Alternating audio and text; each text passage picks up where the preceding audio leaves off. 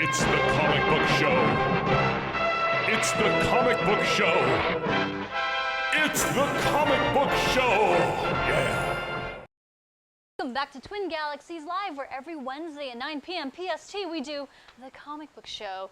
This is where we've gathered an all-star cast of comic book experts and occasionally comic book guests to bring you this week's comic book news, reviews, previews, and discussion. We are going to do a quick round of introductions, but you guys at home should guess who our special guest is by the time we get to him. We're going to save the best for last. We're going to start on that side. That is Mr. Matthew Hiscox, director of Batman Death Wish, a viral YouTube short featuring Batman. Also, he plays Superman in Batman v... No, I'm kidding. He plays Superman in John Schnapp's amazing documentary, Death of Superman Lives, What Happened? And he also created the suit that's featured in those recreation scenes. So if he looks familiar, you have a good eye, because he was virtually unrecognizable in the film with his wig. I recognized him. Yep. Random aside though, thank you guys very much, because Batman Death Wish crossed 2 million views just in time for my birthday. So I got my birthday wish thanks to you guys. Yeah, that's precisely why it crossed 2 million, because it was your birthday and everyone heard. Yes. How many times have you viewed it out of those 2 million?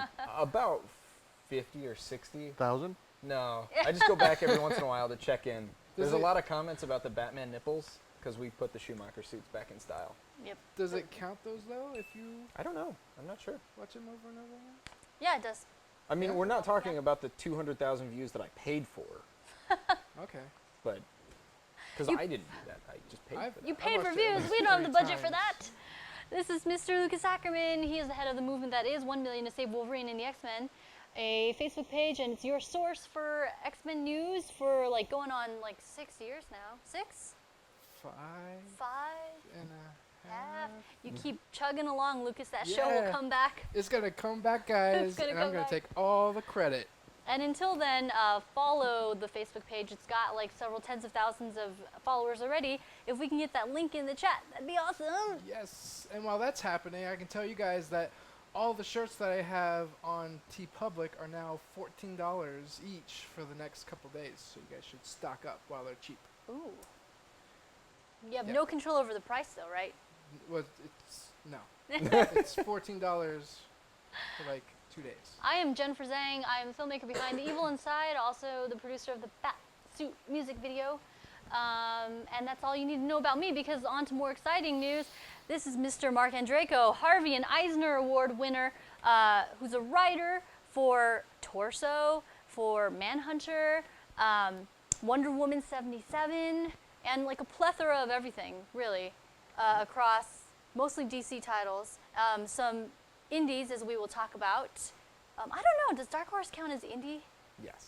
technically, still? Yes. Okay, fine. Like anything It's- not DC and Yeah. Marvel is indie, right? Okay, it seems strange, Right. considering There's how bigger well and smaller it sells. indies, but if you're not in the big two, then you're starting to branch out.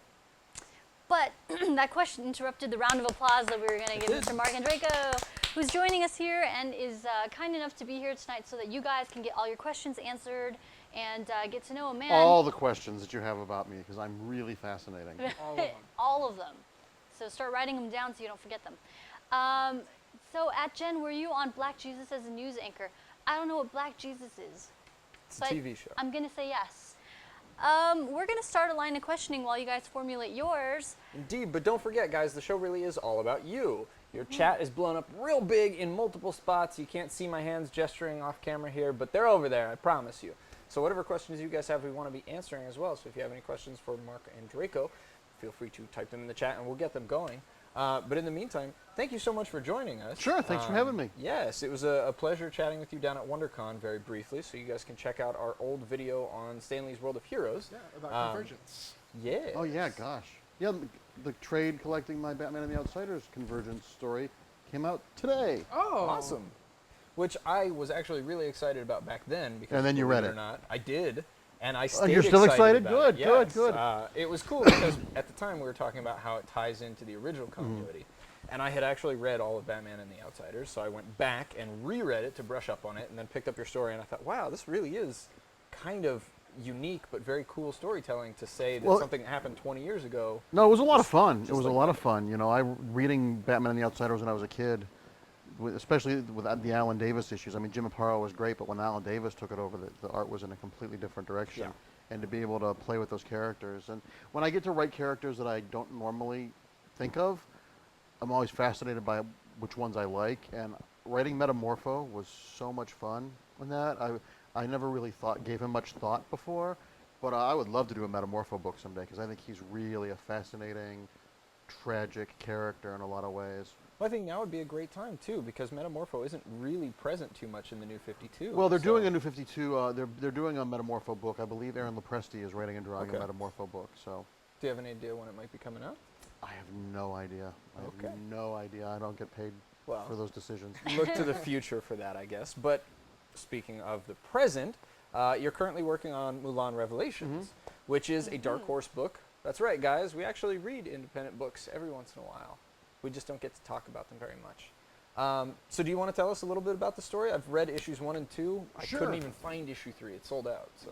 Well, that's a good thing. It's still available. You can still get it through Diamond, so bug your retailer to order copies for you. Mulan is one of the oldest stories around. It's thousands of years old. It's a Chinese myth.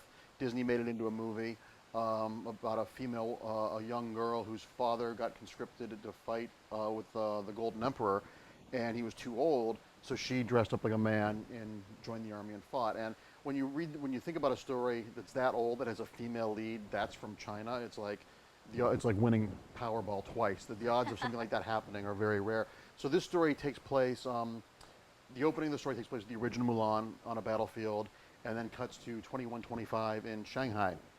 And the last female descendant of Mulan gets involved in this global conspiracy involving descendants of some demons from the Chinese mythology. And it was pitched to me by the producer named Robert Alter, who gets writing credit with me. I ran into him at the comic book store, and he started talking to me about it. And I'll always take a meeting, because you always figure a meeting you get a free lunch, even if it's a horrible meeting. And I really responded to the idea, and we developed this, and it's just been a blast. It's been a lot of fun. The reaction's been great, and the art is by a young man named Micah Kaneshiro, who does all the art digitally, and it's fantastic. We were really going for that sort of European album feel, inspired by like the Mobius and that sort of thing. But the high concept, I say, it's the Bourne Identity meets the Fifth Element. Because that's my Hollywood power. I'm reductive, man.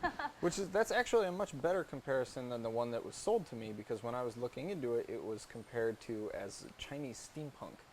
And that didn't seem right at all. I've heard the cyberpunk, but steampunk. It was there's no steam. Steampunk, and I was like, I think 5 pages into the book, I was like, somebody didn't read this when they told me that. That person should be fired. Yeah. Well, since you work for obviously the big publishers, you'll work for independent ones. Do you find you have more creative freedom, generally speaking? Are there fewer people breathing over your shoulder? Or breathing on your neck? Well, it all depends. On something like this, the idea, the germ of the idea was brought to me by Robert, and we developed it together.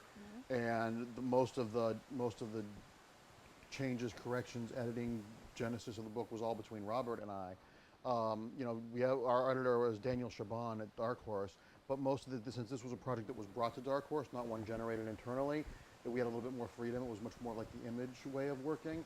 I like working for all the different publishers. I like working for as many different people as possible because it keeps things fresh.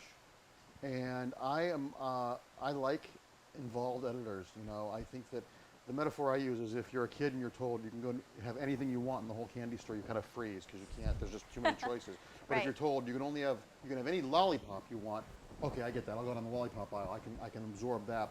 So I like having someone there to guide and someone that can bounce ideas off and someone that you can have that dialogue with. Because writing is such a solitary thing. Yep. It's part of why I got a dog, because I got what I called Unabomber syndrome. I'd be writing, and then I'd be like, didn't I just clip my fingernails? Why is my beard so long? And it's like, I haven't left the house in 3 weeks, Especially in LA, where it's one long weekend. The weather has been the same here for 18 years. Yes, so yeah, it's very hard to tell about the passage of time. As a random aside, what's your dog's name? Frederick. Okay, I was expecting some kind of comic book name. Nope. He was named when I got him. He was 8 weeks old. He's awesome. Aww. He just turned 6, which is terrifying. No, he's still got plenty of years left. He'd be a first grader. Right? Yep, 6 first grade? A human first grader. Yeah, it's been a long time since I've been 6, but I think you're correct there. And what kind of dog? A Chihuahua Dachshund Rat Terrier mix. Wow. Okay. Yeah. Sounds like you'd be friends with Lulu. Yeah. Oh, I don't know if the dog is still here. So you're a dog person. Oh, yeah, absolutely. We no have- cats, dog person, yes. We have a dog here in that room that is roughly this size, and maybe we can convince her to bring him out later. But okay, we've been ignoring the chat. Oh, yeah. People here. Toxic Predator says, "I miss Dark Claw." That might have been a comment from a while I back. miss Darkclaw, the amalgam character. Yeah, The Wolverine, Batman. Ooh, Oh gosh, that's right. wow. He's the only character who got multiple issues. I think he had Nope, two. that's not true. The Superman, Captain America had a couple Super issues. Soldier? Super Soldier had a couple. Darkclaw had the animated Darkclaw, and then 2 issues, and then he was in JLX. And the Super Soldier had 2 separate Okay. issues and he was was in in JLX one of the too. teams Yeah. too. Oh, why do I remember I that? know, right? Now I feel awful. It's- need to shower. I couldn't list the Bill of Rights, but I can tell you how many times Darkclaw appeared. Oy. I used to have an amalgam poster drawn by Joe Madureira on my wall forever. I like when people call it amalgam. Oh It's gosh. like, we're not going to be friends. Amalgam. So since writing for comics is kind of, solitaire, when you go to conventions and stuff like that, is there any other writers or artists that you like, hey, let's go have lunch, or hey, Oh, let's well, hang out? it's a very small Yeah. world. I mean, it's crazy. If you're in this long enough, and I just finished my 21st year of writing comics. I started when I was 4. Wow. It's kind of fascinating how small the world is and who you get to meet and all that sort of thing. And it's, the internet has helped. Yeah. I can't imagine what it was like back in the day when you would write and then you would mail it in. And then the art would be drawn and then sent to the letterer, and the letterer would do the lettering on it and all that. Even before the Yeah. pre-FedEx days. I just don't know how books got done. But yeah, no, I love going to the conventions. I actually like the smaller conventions, like the Phoenix Con is great. I just Yeah. did the Rose City Con up in Portland. There's a European show I love that I've done twice in Avila, Spain. That is like summer camp. It's where I got to become friends with George Perez and Mike Oh, wow. Klug. And Ooh. yeah, I mean it's crazy that I'm friends with George Perez. Yeah. I mean the 6-year-old me is like, George Perez, and he's the nicest guy in the world. The fact that we're legitimately friends just It's awesome. doesn't feel Like- it feels weird. It feels like I'm putting on my dad's Like, suit is and this playing a dress dream? up. It's like, yeah. But that's the great thing. Excuse me. That's the great thing about the comics world. That you get to work with people and meet people that you've admired. And it's just you get paid to write about superheroes Yeah. and stuff. I mean, That's Sign awesome. me up. even at its worst, it's better than working in a strip mine. There you go. Do you ever get the sensation that you want to go back in time and like tell 6-year-old you like, hey kid, you're going to be a comic book writer and you're going to be friends with George Perez. I think if I You're could go gonna be back in okay. time, I would say be a hedge fund manager, and then you can retire when you're 30 and have an island somewhere. But yeah, the kid in me, because I learned to read from Spider-Man comics and Sesame Street when I was 4. So the fact that I've been able to make a living in this field and have gotten to play with all these characters, it's ridiculous. It's a great Amazing. ridiculous. So 4 is when you got into comics? Yeah, Spider-Man comics Really and early. Sesame Street. Yeah.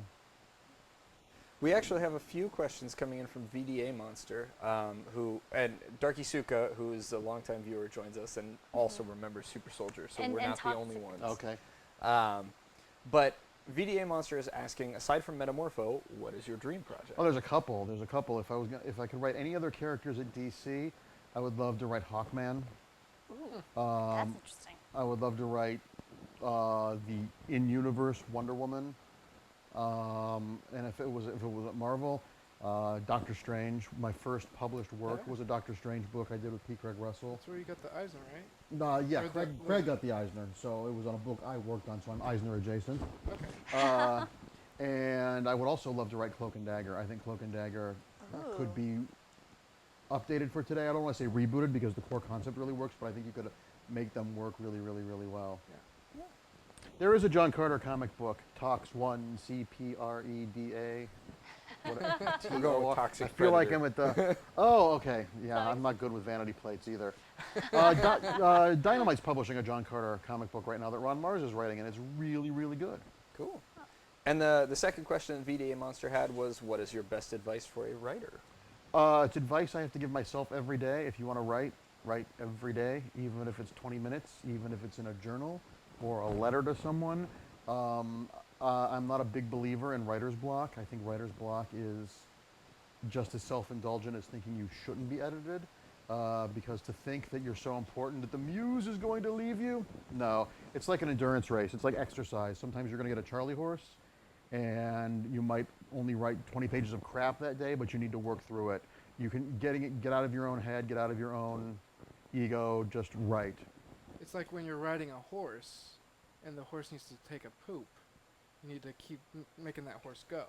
No, Right. not at all, but close. Yeah. We're great with strange comparisons here. I used to ride horses. You learn something new every Are you day. a brony? Lucas used to ride No. horses.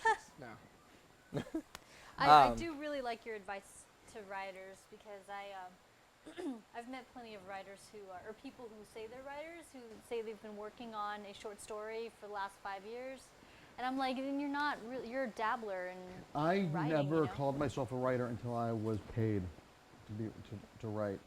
Yeah. You know, it's like, especially in this city, we see lots of people that label themselves things Oh, that they absolutely. want to be. Actor, Actors. director, I'm like, if you're an writer. actor, I'm like, what classes are you taking? What plays have you done? Right. And What have you been you in? get that blank sort of Polar Express dead-eyed stare, and like, Yeah. what do you mean? Well, you want to be an actor. Right now, you're a waiter, and there's no Yeah. shame in there's no shame in that. Certainly. But you know, Can you imagine if surgeons did that? the surgeons did that. Yeah, Well, I'm I a still think- surgeon, and they haven't gone through any kind I of... don't think Ben Carson's a real surgeon. Oh, that was a political thing. Sorry, I don't know if we're allowed to talk about that. We talk about comics here. I heard Cloak and Dagger were being added to Marvel Heroes sometime in the future. Marvel Confirmed Heroes. denied. It's the Marvel game, the little Oh. adventure. The MMA. Oh, is it like... Oh, is it a I don't think fighting it's- game? No, it's not a fighting game. It's like a top-down. kind of- Mobile game? No, it's more like. I feel like we're getting sidetracked here, but No, it's no, more we're- like Ultimate Alliance. We're Twin Galaxies. We're allowed to talk about video games. And I don't keep up with the release schedule for the characters, so I couldn't tell you. I don't play video games. Very good. I'm an Atari 2600 guy. Okay. You would get along I really can't- well with Jace. I can't do those buttons where you have to like press a button to 17 different blink buttons. and breathe and Little walk. triggers. One and button, buttons. one joystick. Yeah. Well, Right. it's actually an interesting segue because you haven't just written for comics, you've also written for TV. And through development hell, you have sort of written for films, or at least been exposed to the film world. Yeah, oh yeah. I mean, most people that are writers in Hollywood have written a lot. It's does it get made? You know, I always say I'm going to call my production company Baby Sea Turtle Productions. Because scripts are like those documentaries about the Galapagos Islands, where the narrator's like 3,000 turtles hatch.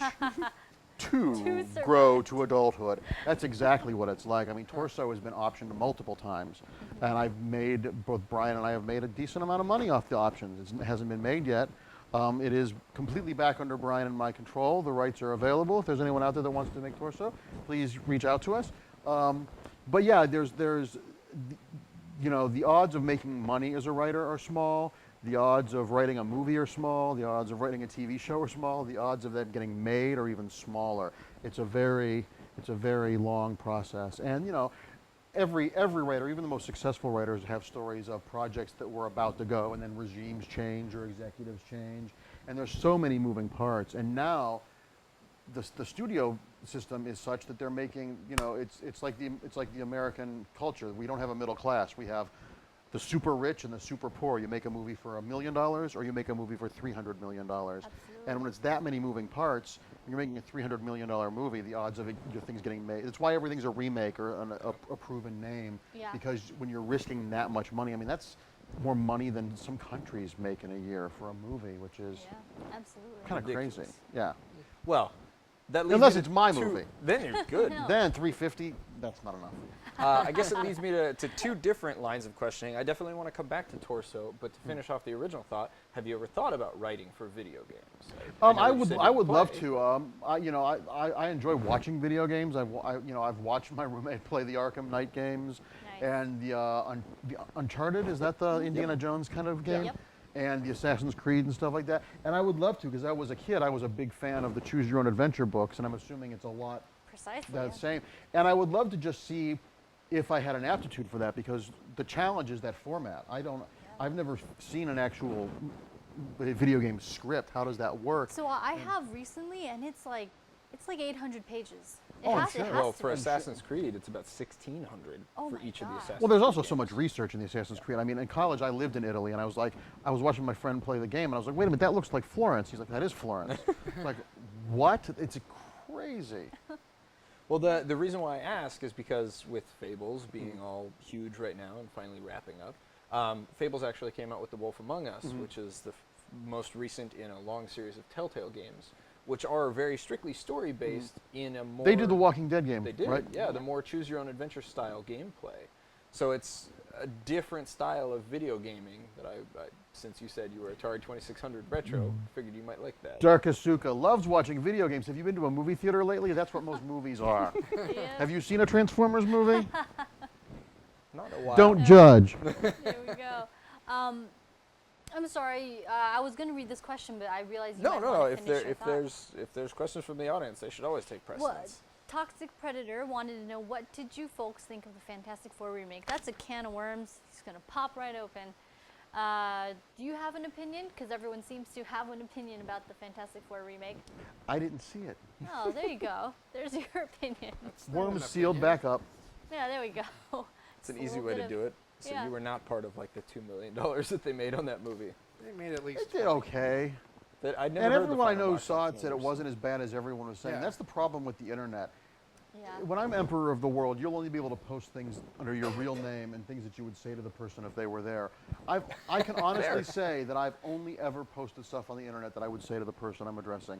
I think that there's, I'm also not convinced there's only 4 people on the internet with 3,000 screen names each. It's just, it's allowed people the freedom to express themselves, but it's made discourse so much ruder because you can hide behind things. And, that's fine. I mean, everybody likes to complain about things, but if you have an opinion, you shouldn't be afraid to have your name attached to your opinion. Absolutely not. I actually Yeah. think that's one of the larger problems that we're facing in general. Is just it's so much easier to be negative than it is to be positive or constructive, because now you can just sit back and judge without ever trying anything. Oh yeah, and we're in a culture now where everyone decides they're going to wake up and what are they going to be offended by today, or how am I a victim of something? 'Cause it's so and, fun. And unless you're a real victim, if you've ever been a victim of anything, you know that being a victim is not glamorous. No, So all these absolutely people not. that wrap themselves in the cloak of being offended or being a victim are lucky because they've never been a victim of anything, because no victim says, I'm going to talk about being a victim. Right. It's powerless and scary under the best of circumstances. Yeah. So, Well, I feel like being a writer as successful as you are, I'm sure you are forced into a situation where people will have their opinions and try to deliver them directly to you via social media. What's your general strategy? Do you directly address people that are trying to rabble rouse, or do you ignore them? I don't address the people that are there just to kind of Get a poke rise. the bear. I just find that that's a slippery slope. And bad reviews are like good reviews. They both take the same amount of time to type, so you give them both equal weight. Good reviews are nice. Bad reviews sometimes hurt your feelings, but you've got to do the work and hope the work stands on its own. Right. I love debating people. I don't want everyone to have my opinion. I want people to have varied opinions. I don't want everyone to be me. But the longer you're on the internet, the more you realize there are fewer and fewer informed opinions. Mm-hmm. It's so much regurgitation of a Facebook meme, and people think hitting like on Facebook is equivalent of voting for the president. It's just like, not really.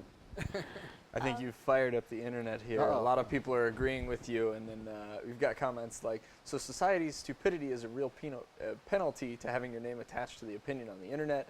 I'm loving this guy right now. If you have an opinion, you shouldn't be afraid to have a name next to the opinion. He is the voice of reason, followed by, I want a Gambit movie without Channing Tatum. We got all kinds of opinions And going that on is here. the internet right there. We need a screenshot of that. That's amazing. Any opinion on the Gambit movie with Channing Tatum while we're on the subject? I don't want a Gambit movie with or without Channing Tatum. There we go. Once again, that's from an era of the X-Men that I wasn't really reading. That was the era of young Storm and the Aborigine with the spinning yo-yo that opened portals. Gateway. And they were invisible to cameras, and yeah, I was in college, and I was like, this is taking way too much effort to understand. I'm gonna go drink. So it looks like we have Arn here joining us from Twitch, most likely through the DCU online browse function. Welcome. You're watching the Comic Book Show. If this is your first time ever watching, tonight you've tuned in a very good night. We have Marc Andreyko, very, very successful, multi-talented writer, multiple publishers. I paid her to say very, very twice. They're expensive varies, so he could only afford it twice. But if you've ever read Manhunter, if you read Batwoman, if you read, if you're a real indie comic reader and you read Mulan, Revelations, if you've read, oh my God, so many things, Wonder Woman 77, this is a man that you're going to want to be chatting with over the next hour and a half. So there you go. Well, let's talk about Wonder Woman 77. Are you still working on that now? Yeah. The second collection just came out. The second print collection of the digital stories just came out. It's a blast. People who follow me know the story, so I apologize if you've heard it already. But when Batman 66 came out, I called Hank Canals, who was in charge of DC Digital at the time, and I said, hey, Batman 66 is such a success. Why not Wonder Woman 77? I would kill to write that. And he said, look at that. And then he called me back like 6 months later and said, we're doing Wonder Woman 77. Do you want to write it? I'm like, I know I am writing it. Because, when I was a kid, it's such a great time to be a genre fan now, because, you're going to have 13 Marvel movies in the next 5 years and 12 DC movies and Preacher on TV and The Boys on TV and maybe Why the Last Man, spoiler for the news section. When I was a little kid, there was Batman reruns, the reruns of the Spider-Man 1960s show with the best theme song ever, second only to the Wonder Woman theme, and Wonder Woman. So, as a kid watching the Wonder Woman show, I spun around so many times I probably gave myself a brain bleed trying to change my clothes, So to get to work on that, and I've gotten to meet Linda Carter, who I think she's 63 now, who hasn't aged a day. So beautiful. She's the nicest, most supportive. She loves the book. And, when I met her, a bunch of us working in the book went and saw her perform, because she's a singer. And she does a little mini jazz tour every year that starts out at the Catalina Jazz Club in Los Angeles.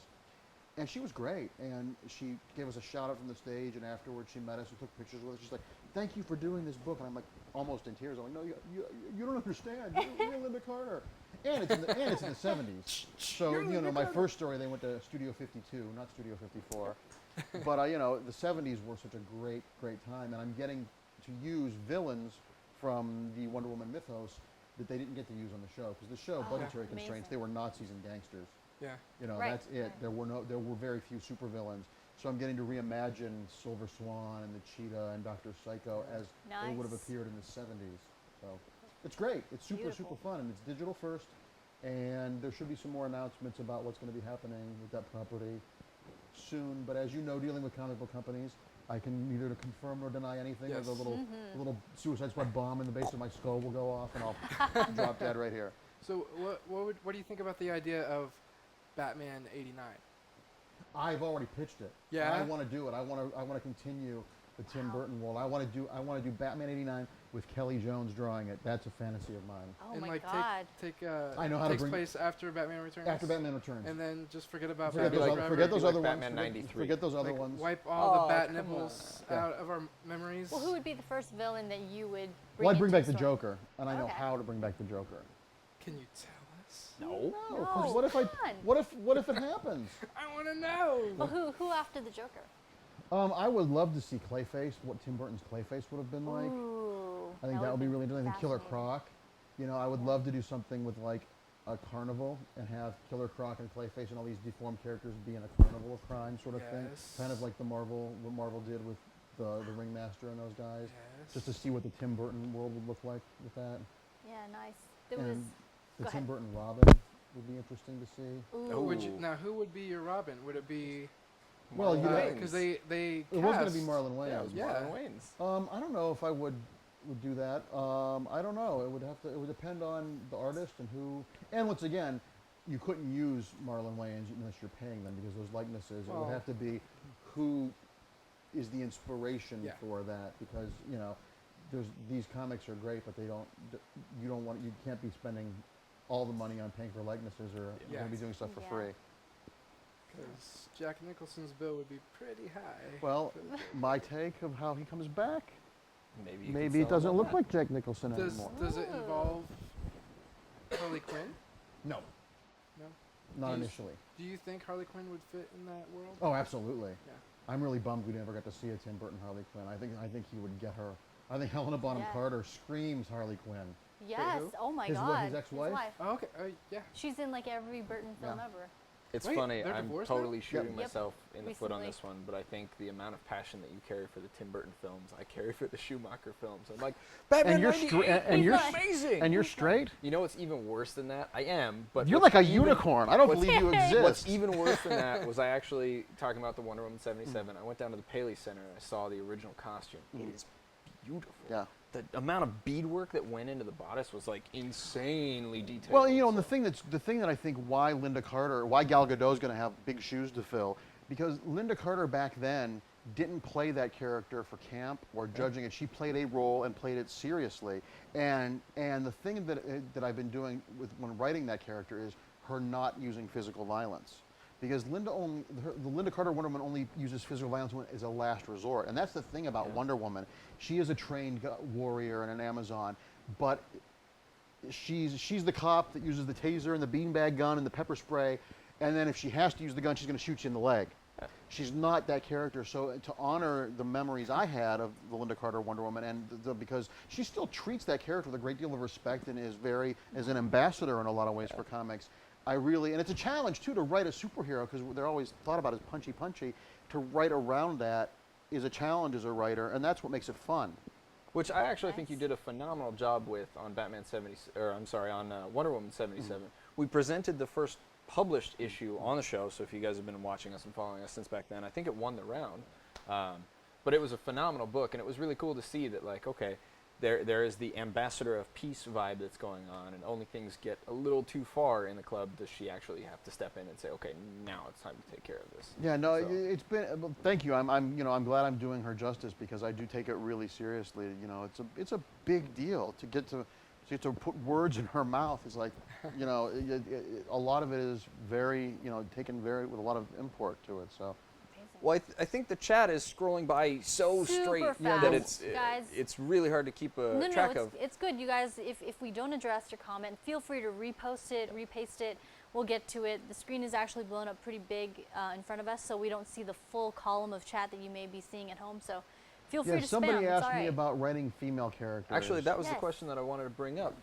One of the questions that scrolled by really quickly was, it seems like you've written a lot of female leads. How do you feel about writing a female lead for film? Do you think Oh, that's I something think that would work? I think it absolutely would work. I mean, Mulan is a female.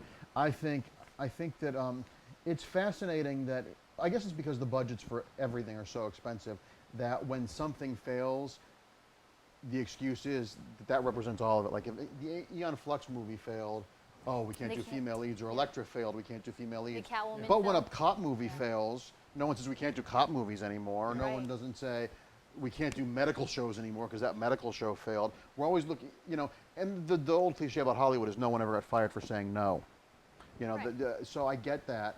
But I think good material will win out. It might not be successful initially, because look at the Iron Giant, one of the best animated films of the past 50 years. It was a huge failure when it came out. It had to find its audience. But now we have so many outlets for this material, and I think there was just a study that comic readers, 47% are women. Yep. And I always tell my comic retailer friends, I'm like, there's two audiences you want to get on your side: females and gay people, because we are incredibly loyal. I always say, if I had every hour of my life back for every bad gay independent film I saw in the 90s to be supportive, I'd live to be 309. And women are a lot the same way. They find something they like and you have to really screw up to get them to leave you. So to open it up and start serving females is great, and seeing. I love when women come up and ask for my autograph at shows. I think it's great because, it's just, we need to be diverse. It got to be so insular for so long, and I think that's why the business got so bad in the 90s. It got really. It was really bad there for a while. The comic industry almost, Well, Marvel went on file away. for bankruptcy, and DC was. Yeah. It was shape, bad. too. But so I love the diversity of audiences. I think the more diverse people, now I don't shoehorn characters into things. Like when I write Wonder Woman, I'm writing a character who is a woman who is an Amazon. I've said this ad nauseum, but when the adjective comes first, it's kind of reductive. If you're writing a gay character or a black character or a female character, I think you run the risk of becoming really didactic, and you write characters who happen to be things. And if they're women or men or gay or straight or black or white, that all comes as you're writing them. You got to write the voice of who the character is, more importantly. Is there a female character that isn't well known? That's not Wonder Woman or Supergirl that you would want to Well, write. you can try out my book Manhunter, which is collected in 5 trade paperbacks, which are all available in print, Or the Streets of Gotham backup stories. which have not been collected. Oh, really? There's Yes. that has believe not been it a or not, trade that yet. was my first exposure to the Manhunter This- series. I didn't read This the puppy series. wants to meet you. This is Lulu. Hi, Lulu. The aforementioned Oh my Lulu. gosh. Hi. Oh, Hi. she You're loves so him. tiny. Hi. Oh, are you burping? Is that what She you do? has asthma. Oh, you have asthma. She was a runt that was supposed to die. What We had- other female characters would I want to write other than Wonder Woman? I wrote Batwoman, so I've written. Anything on the Marvel side? stab at I it. wrote a little bit of Black Widow when I did Captain America and Bucky Yeah. with Ed Brubaker and Chris Samney. I don't know if I've written any other. Oh, pause everybody. Sorry, we've got. This is what happens when We'll- it's live. We'll freeze like the credits at the end of a Exactly. 70s show. Here we go. Cool. Oh, Lulu, such a little stinker. She's so tiny. She's amazing. She's actually, quick side, she's actually a runt that had been rejected by her mother, and she was supposed to die, but this wonderful woman here rescued her, and she's got That's asthma. the and- only dogs to get are rescue dogs. Yeah, there we go.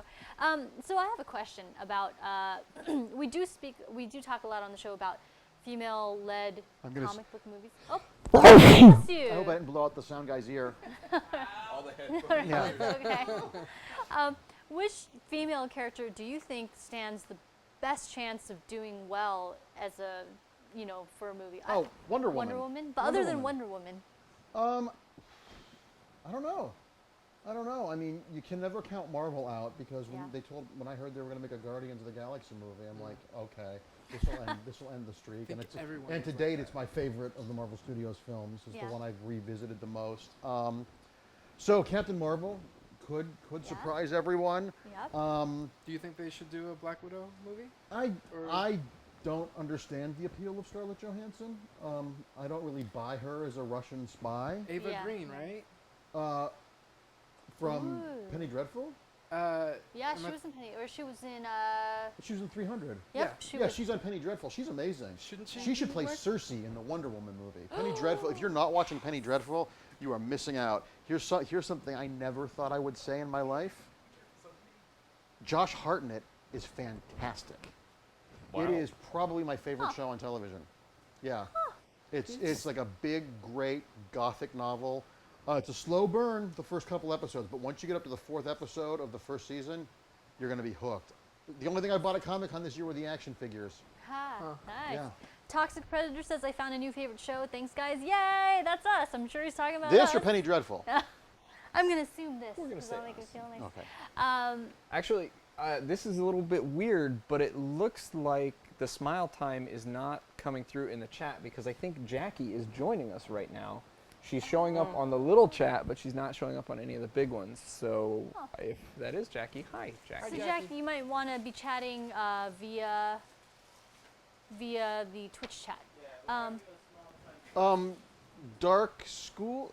Darkisuka. That movie where she ingested something and became a god after it was a crazy drug was actually a huge success. It made $500 million. That's true. So I don't know. That's not necessarily the best analogy to talk about a Black Widow movie bombing. Yeah, I know that It was a was huge hit. and it opened up the dialogue about whether or not, a comic book superheroine movie would now be Katie viable. Sackhoff will never be Captain Marvel Oh no, why? because Marvel will hire movie stars. She's a TV actress. She doesn't bring anything to the table. As good as she was Wah, wah. on Battlestar Galactica, I can't imagine. But she was in that Riddick movie though. She was the female lead in that. Yeah, but the Marvel, I would be shocked. I We're would be still more shocked. I would be less shocked if Ronda Rousey was Captain Marvel than Katie Sackhoff.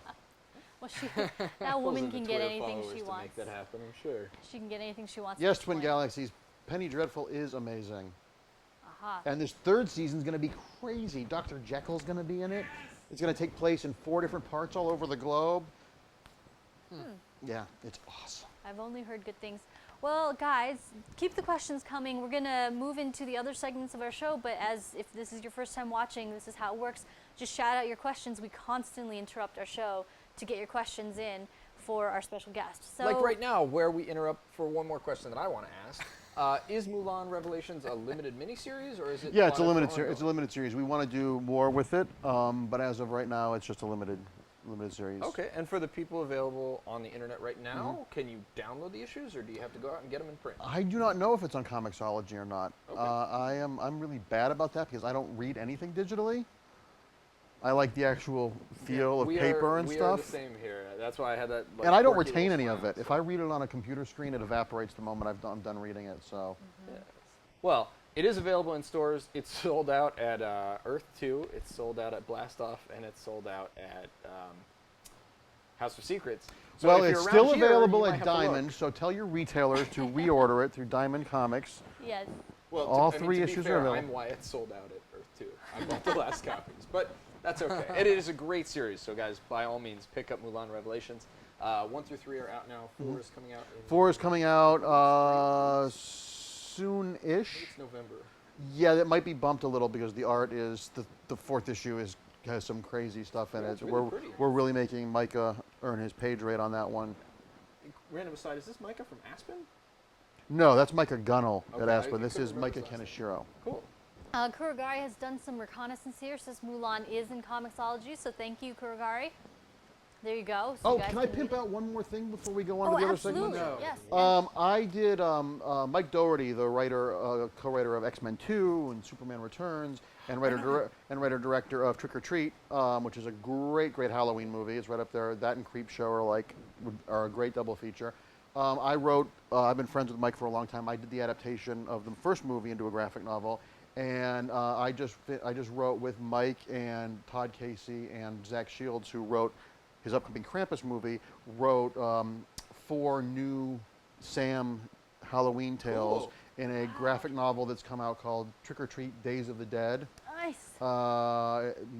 Features one of the stories was drawn by this up-and-coming young artist named Fiona Staples, who did one of the ones in the original movie adaptation. It's out now. It's available everywhere. And Saturday the 24th for people in LA from 5 to 8 p.m., I believe, myself, Mike Dougherty, Todd Casey, and Zach Shields, the other writers and creators of the book, will be at Golden Apple. There's going to be a costume contest. There's going to be giveaways. There's going to be all sorts of stuff. We'll be there signing. So if you're in town and you want to meet all those guys, they're also going to be screening Trick or Treat, the original one, and there's going to be some teaser footage for the upcoming Krampus movie that Mike just directed. Nice. That'll be out at Christmas. So if you're in town, come see us, get some signatures, get some candy, and Beautiful. watch a good scary movie. So Golden Apple, the 24th, 5 to 8. 5 to 8. Now, Be there. Neo, can you fire the bot that contains Marc Andreyko's social media information? We posted, we're linking to your Twitter, if that's all right. Could people follow you there? Facebook, yeah, Twitter and Facebook. Awesome. I don't tweet very often. Gotcha. Facebook's where I post all my pinko liberal. Jackie's in the chat. Neo, if you Yeah, don't so- mind adjusting the bot to include his Facebook, that would be lovely, and have it fire at a high frequency for the next hour. That would be amazing. There are actually a bunch of Krampus movies coming out. There's I think a Canadian movie with the Krampus that's coming out. But Mike's movie has Toni Morrison. She's the writer of a bunch of stuff. She wrote Beloved. She's not an actress. Toni Collette, Adam Scott. The trailer for it's online right now. It looks fantastic. Nice. I really liked Sam. The character. Oh, I really liked It because I've loved Halloween. So like the idea of like, if you hate my holiday, I will hurt you. If you're good to my holiday, I will like you. and there was just Really something liked Mike really captured that childlike love of Halloween. It was scary enough, and there was just enough gruesome, but it wasn't torture porn or sadism. It was ghosts and goblins and candy and the traditions. I don't I know was if a it's on privilege to Netflix, work with but him. Check it out. It's phenomenal. Absolutely. So we're going to move into our first segment of the night, guys. As I said, this show is really a free-form thing. You can keep asking your questions of Marc. He'll be here to answer. We're going to interrupt our show frequently to make sure that your questions get answered, especially if you're passionate about it enough to post it twice. Like USC president, we'll make sure we get to that in a little bit. But with that, we're going to move into our first segment of the night, which is, as always, The Daily Planet. It's where we fill you in on all of the news surrounding your favorite comic book characters from the past week. I'll start us off. How about that? By all means. All right. You won't like the Hulk when he's angry, and neither does Marvel. It wasn't too long ago we reported to you about Hulk being cut from Civil War. Well, Marvel Studios was sure to make the Hulk happy, but instead of giving him a room full of puppies, it's rumored the Green Goliath will be teaming up with Goldilocks himself in Thor Ragnarok, possibly setting up a Planet Hulk storyline. Drop the mic. Thoughts, guys? Drop the mic. It'll be interesting to see if we get a standalone Hulk movie, because I think Kevin Feige even said that the contract with Universal, they can use the Hulk in movies, but they can't make a Hulk movie without Universal's permission. So this may be their way of getting around that. Being like, hey, it's a Thor movie. No, they can use him in Thor, I'm sure, but I'm wondering a Planet Hulk movie couldn't be called Planet Hulk unless they hammered out a deal with Universal. I mean, they did it with Spider-Man and Sony, so anything is possible. I mean, the Incredible Hulk came out in 2008, so I don't know how long their contract would be, but usually it's 7 years, so it should be running out soon. Well, not it's necessarily. as long as they're still in development, so if they're even kicking around the idea. And if Universal let them use the Hulk for the Avengers movies, that might have put a stop on it, or let Universal have the right of first. It all gets so complicated. It's like Rube Goldberg inventions, contracts in Hollywood. Who was your favorite? We have this discussion a lot too. Who's your favorite cinematic Hulk? Because now we've had Ed Norton, we've had Eric Bana, we've had Lou Ferrigno, Mark Ruffalo. I really, really like Mark Ruffalo a lot. My favorite Hulk, and you can all save the rants about how wrong I am. I love the Ang Lee Hulk movie. The Ang Lee Hulk movie might not be entirely successful, but I would rather see something that's ambitious and new, and the editing in that movie is insane. I think the biggest problem people have with the Ang Lee Hulk movie is it's very dour. Yes, if we had a scene of Betty and Bruce and their golden retriever playing frisbee at Golden Gate Park, having a picnic at the very beginning of the movie would have made $50 million more, because we never see them happy. Right. If we had one scene of seeing them happy with each other, it would have changed the whole movie. But I love the movie. I think the movie is very rewatchable, and I think because of that weird pace of it, it works really well on television. It works very well in your home. And the whole silent scene in the desert, Hulk smashing the desert. Come on. That was really good. I saw that with a full theater. This one guy sitting next to me kept cheering like so loud. I'm just like, calm down, guy. But it was pretty cool. And just to interrupt very quickly, Moobot has updated, so now you also have your Facebook link being posted. So Cool. you guys can click those links right there, and be sure to follow Mark on Twitter and Facebook. With that said, I'm stoked. I think Thor Ragnarok needs more Hulk, and I think that would be amazing. Because Thor: The Dark World was way better than the first one, and I think adding... Really? I know, right? This happens a lot every time. Matt and I are very polarizing in this. Really? We like the second Thor a lot. Really? I like the second one so much because more of than Loki. the first one. Yeah, me too. Yeah, but Loki's not in that much of it. It's I don't think it was really that bad. what is the villain's plan exactly? I don't know. And where is Odin at the end of that movie? I also don't know that. Sleeping. He's dead. It doesn't make any sense. Yeah. Why would Odin, if Odin is Loki at that point, why would Loki give away the Infinity Goo? Because he's a trickster. He likes to cause chaos. And here's the Kat thing. Dennings, why? Meow. Why? Read that one line. That's the Oh, only reason. Kat Dennings and Stellan Skarsgård, how much money do you need? Keep your pants on. You are better than that bad shtick. I enjoyed that movie. Yeah, it's funny. We are I'm- definitely. I want to re-edit. I want to re-edit that movie. I'm not going to say it was a good movie, but I enjoyed it. It wasn't an awful Just like movie. I enjoyed You know, Chris Stick Hemsworth. It. I would like to see Chris Hemsworth in a great Thor movie, because Chris Hemsworth playing Thor, watching him play Thor was like watching Hugh Jackman play Wolverine the first time. You're like, oh, Yeah. this guy gets Yeah. it. I just wish the material around him was as good as he was. I don't think they're awful. They're fine. And fine is sometimes worse than being just laughably awful. Yeah. And sometimes laughably awful is awesome. I'm going to bring in Run Quickly's comment here. He says, honestly, I agree. The Ang Lee Hulk movie seemed pretty realistic. Mark Ruffalo's Hulk seemed so gorilla-like and less uncaged rage monster. Well, I would agree that Eric Bana, I think he's underrated as well. I think he brought a lot of torment. He's such a good actor, that he was so tormented as Bruce Banner that you didn't want to spend time with someone that miserable. Yeah. It was. Sorry. Yes. It's live, guys. Sorry. All right. Okay, there we go. All right, good. Sorry to interrupt. I fixed it. Yep. Hopefully. Well, do we have more news? We do. So guys, Why the Last Man has been in development for being a film for like ever. Nothing's happened with it. So now they're gonna make it a television show. It's gonna come on FX. No official word has been dropped by FX, but the writer or one of the creators of the comic, Brian K. Vaughan. Vaughn. What? Vaughn. Okay. He let it slip that he's looking for a writer to help him develop the show. Interesting. So. Huh. I've Well, never read the comic. quick note Stoked. for our I keep being told I need to read this. And I our, haven't our read man it. in the booth here. Can you keep it on DC Cam for a little while? I gotta hop for a sec. Okay, go ahead. You guys lead the conversation. Yeah. I hope my head isn't Well, really quickly, glaring like the Universal. USC president says this interview is freaking awesome. Thank you, USC president. You are welcome. We're here every Wednesday from 9 p.m. PST until 11 p.m. PST or PDT, whatever. And I went to USC. I don't think you were the president. I'm stoked on this. I've been saying. I mean, you always want to be the nerd who's like, I said, but really, I thought Y would make an amazing TV show. I thought it'd make an awful movie. It would be to make it into a movie. Yeah, You can't cover that much material. Like, no, there are certain things that shouldn't be films. I wish that they would. I hope they rethink Sandman. Sandman would be a great HBO Yeah. show because Sandman is not about the destination; it's about the journey. And and Why the Last Man's the same way. And if Why the Last Man was going to be a big budget studio film, they'd say, does he have to be the last man? yeah.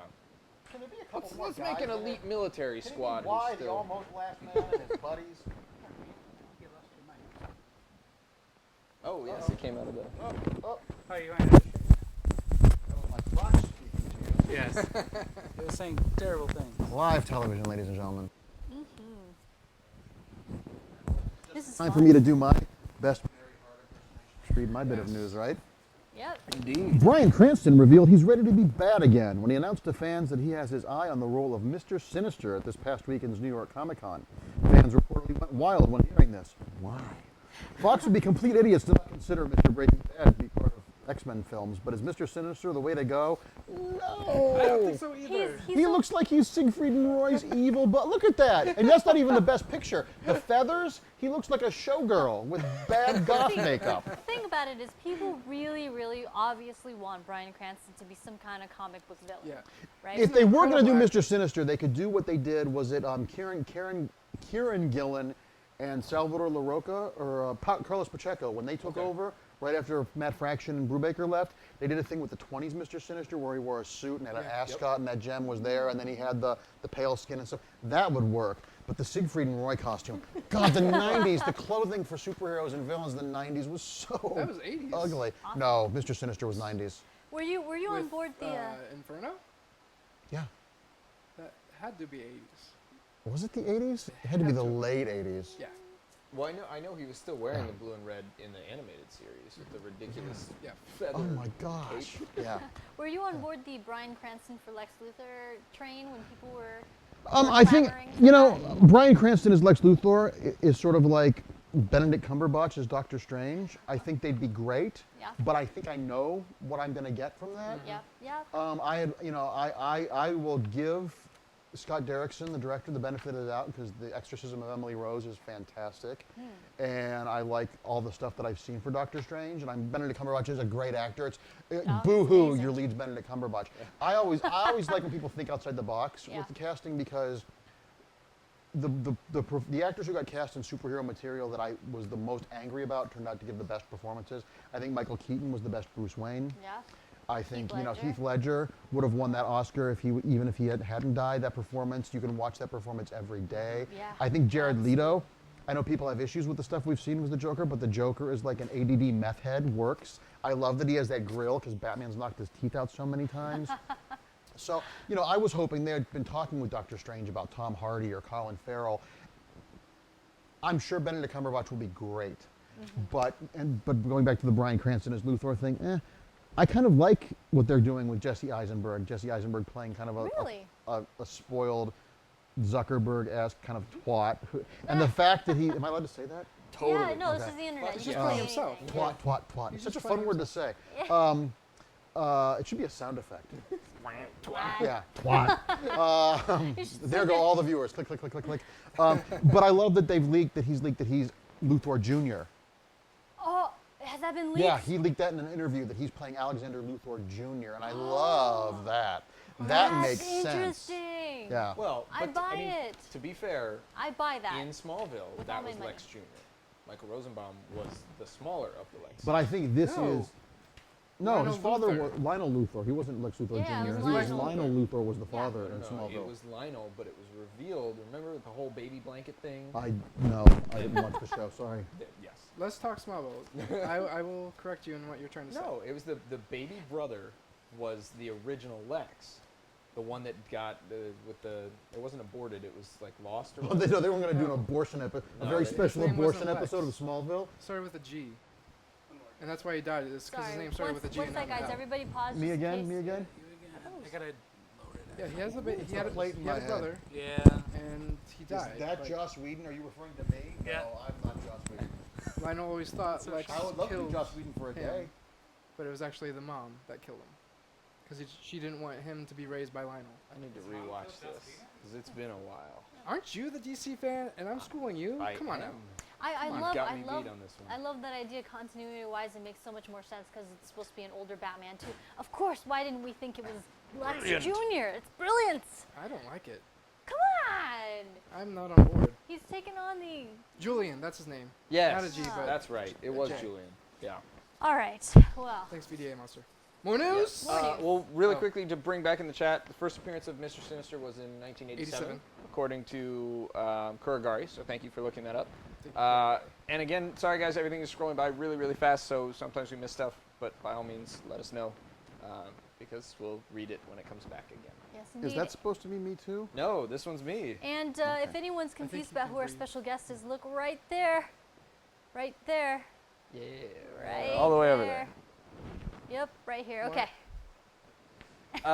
Well, on top of Mark Hamill announcing he'll reprise his role as the Trickster once again in this season of The Flash, a more surprising reprisal is upon us. Pee Wee Herman actor Paul Rubens, who briefly portrayed the Penguin's father in 1992's Batman Returns, will be playing the Penguin's father once again, this time on Gotham. Don't expect this to be just a once and done kind of deal. He's listed as a recurring guest star on the series. So though he didn't have a single line in the original movie, now he gets to carry on the... Oh my He had a line.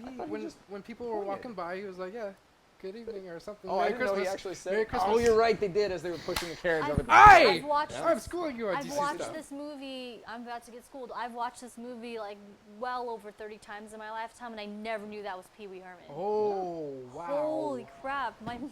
Exactly. Am I the only blown. DC Those fan cataracts can be removed. You know, they have really good surgery for that. Painless, in and out. No, look, the mustache fooled me. Batman Returns Mustache. is probably my favorite Batman movie. High five. High Me five. too. I love Yes. I love Dark Knight because of Heath Ledger and all that stuff. Batman, take a lozenge, Christian, and calm down. Everything about Batman Returns, it feels comic booky in the best sense of that Perfect. those words. Michelle Pfeiffer, Yes. if that was today, she would have gotten an Oscar nomination. Yeah. That's an amazing Absolutely. performance. Danny DeVito, that interpretation of the Penguin is terrifying. I love that movie was so. I love that Tim Burton got Warner Brothers to give him, I think, like $100 million at the time, which was 23 years ago, Yeah. to make a fetish film that people took their kids to, Yeah. and kids were scared of that stuff. I Do mean, you remember how under wraps they kept everything about that? Like Stan Winston's Danny DeVito makeup Yeah. was like a huge and I thing. remember in the days before the internet when they showed the trailer on Entertainment Tonight, Yeah. and you got to see Catwoman. You know, I'm Catwoman, hear me roar, and you how could you hit me? I'm a woman. Oh. There is an amazing behind the scenes featurette of Batman Returns that actually has, I think it's Michelle Pfeiffer in the cat suit roving around making little cameos in the background.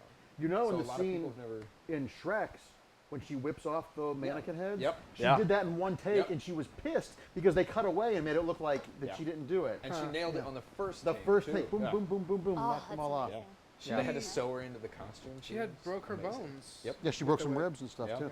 And where are the sideshow collectibles? Michelle They're Pfeiffer. making like a statue. They've been saying, I don't want a statue. I want the dolls, those hot toys. Yeah. Where are the hot toys for that? I have all the Heath Ledger Jokers. I have all the Jack Nicholson Hot Jokers. Toys didn't do it. It was No, they did a penguin toy recently. right, A but big- that was But there hasn't been an official licensed hot toy Michelle That's- Pfeiffer Catwoman. who does this? There's a It's the same statue coming company out. that I think did it's I'm not not sure sure if I don't want a It's, statue. It's, The hot toys are the best because it they looks stand. amazing. It looks amazing, and they have like a. She's standing on like a Shrek. They part do of all the the video building. game toys. I thought you the greatest was standing on Shrek, the green. No. Code of Bakuya? No. Who has the Play Batman Arts? Returns license right now? It's the guys who did the 300 toys, and they did the Lara Croft toy, and they did the Army of Two toys. Oh. Well, Who is the? I can't read the under Tiny Wonder Lopez thoughts on. Oh, That's the sorry, Jackie. sorry. Jackie. That's Jackie. no, I no, got you no, on he's saying Jackie, under. Jackie, thoughts on the Flash and Jay Garrick? I just watched that episode before I came over.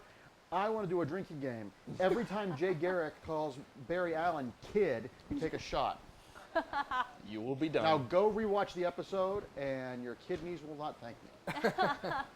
Well, are you, as an aside, are you a big collector when it comes to comic books? I used to be. Excuse me, but it's like when you work in a donut shop, the last thing you want in your house are donuts. Yep. There are Mecca. certain things I collect. I love the Joker. I collect Joker stuff. Nice. As evidenced by your awesome Which shirt. I don't know if you guys can see this at home, but it is an amazing shirt. It's a little Pac-Man ghost that looks like the Joker, and it says, "It's simple. We killed a Pac-Man." So, did you do that on purpose, knowing that this was Twin Galaxies as well, or is it a happy coincidence? It was a happy coincidence. I don't have any age-appropriate clothing. I had to buy a suit coat finally because I went to the Magic Castle, and they won't let you in without a suit coat, so I had to buy a suit jacket, but it's the first suit jacket I've had since my confirmation, I think. Huh. Yeah. No, it's kind of sad. They let you rent suit jackets though at the front of Magic Castle, I think. Gross. I knew you It's were like gonna say bowling that. shoes. No. It is really nasty. Sorry, I regret suggesting it. I don't know why I said. Well, going back to Batman Returns, when I first saw that and the scene with Pee Wee Herman in it, you know, with the birth of the Penguin, I turned to my mom and I was like, "Did we go into the right theater?" I seriously said that. That's funny. What do we? Is this me? I've completely lost track. Yes, this Oh, one's I you. get the You get the big big one. long one. Oh, You this get is the a big big one. All right. And I already know Mark's not at liberty to comment on this. But you have to No, read it not, anyways. it's not at liberty, but I know a bunch of these people, and Oh. I don't have any information to add to it. So All right. Well, we will keep it brief as we can. With the announcement of Marvel Studios' new film Ant-Man and the Wasp, it forced Marvel to shuffle their movie slate. But what people are really talking about is if the Inhumans movie, which is currently still on slate for July 12th, 2019, is actually going to happen. Since Kevin Feige has divorced Marvel Studios from Marvel Comics, rumors were swirling around NYCC that Feige doesn't want to do an Inhumans film because the movie was something Isaac Perlmutter wanted to see happen. Other reports soon surfaced claiming these rumors are false and the movie will happen. In turn, the Netflix Iron Fist series fate is also up in the air as it's rumored Marvel TV received too many notes from Marvel Studios concerning the series and it's almost impossible to produce. Can't we all just get along? Take a really, breath. guys, come on. the Take a problem That- with that's stuff a like lot of this stuff. goes back to what my rant on the internet before. Once you say something, it becomes fact because people can read it on a screen. So this Right. was from the website Bleeding Cool, Bleeding Cool, and yep. everybody knows Rich Johnson. And sometimes Rich has scoops, and sometimes Rich doesn't. And I get along fine with Rich. I visit the website just like everybody. It's the TMZ of comics. But I feel bad for the studio people because they're damned if they do and damned if they don't. If they don't give a comment, oh, it's a conspiracy. If they give a comment, they're lying and it's a conspiracy. So they don't say anything. And I really wish, going back, I keep saying like when I was a kid back when FDR gave fireside chats around the radio, there weren't a lot of spoilers. There weren't a lot of things. We didn't read the Diamond Previews catalog. When I was 12 and Jean Grey died in X-Men 137, it was crazy. Yeah. We had no idea. And I wish we could get back to that sense of not knowing so much and not knowing. There are certain actors, back in the 50s there was a studio system where they controlled everything about you. And the best actors are the actors I know the least about. I think Tom Hanks is a great actor, but we know so much about him that Yeah. it takes a completely transformative role for me to forget I'm watching Tom Hanks being really Right. good in a movie. Absolutely. Yeah. And I feel a lot about it this way. I mean, it's great to know what the movies are going to be called, but at the end of the day, if it doesn't matter what the machinations are at a studio or behind the scenes, because they're in everything we do. It matters if the material is good, you know. And I'm embracing my hypocrisy on that, because I'll read the rumors and all that sort of thing too. But I just think that, you know, I can understand why Marvel and Disney are just kind of not commenting on this one way or the other, because there's no way for them to win on this other than to make the movies, and whatever happens happens. And there's a lot of, extrapolation, I think, generally speaking, from just things that were little footnotes here and there. Well, So, sure, and announcing a movie that's going to come out in 2019 isn't really announcing. It's, Right. we hope that if everything continues to do well, Yep. and this goes for the DC movies or any movie, when a studio announces something that far out, there are so many moving parts. Studio heads can change, audience tastes can change, Sure. economies can change, actors can drop out, certain actors become available. There are so many moving parts that don't believe anything yeah, until you see it in the theater or watch it on TV. sound advice. Yeah. I'm Sound such a advice. downer. No, you're a realist. Yeah. I like it. It's actually good advice, because Yeah. all too often we talk about the Marvel and the DC movie slates and projecting whether or not they'll stick to it. But I mean, frankly, I remember the times that you're talking about where it was just, oh, holy shit, this movie's, I see a trailer for it. Clearly it's real and it's coming out in like 3 months. This is great. Well, I don't know if any of you are old enough to remember, but when the first Batman movie, the first Tim Burton Batman movie came out, once again, pre-internet, pre-cell phones, all that stuff, I worked at a movie theater. And we had people, it was a national thing, people were buying tickets to see the movies that had the Batman trailer in front of it and then leaving. So we would purposely put the Batman trailer on movies that weren't doing well. And so there was that seems very quaint now, but we know Patton Oswalt talked about how everything is available at any given time now. Nothing has any value.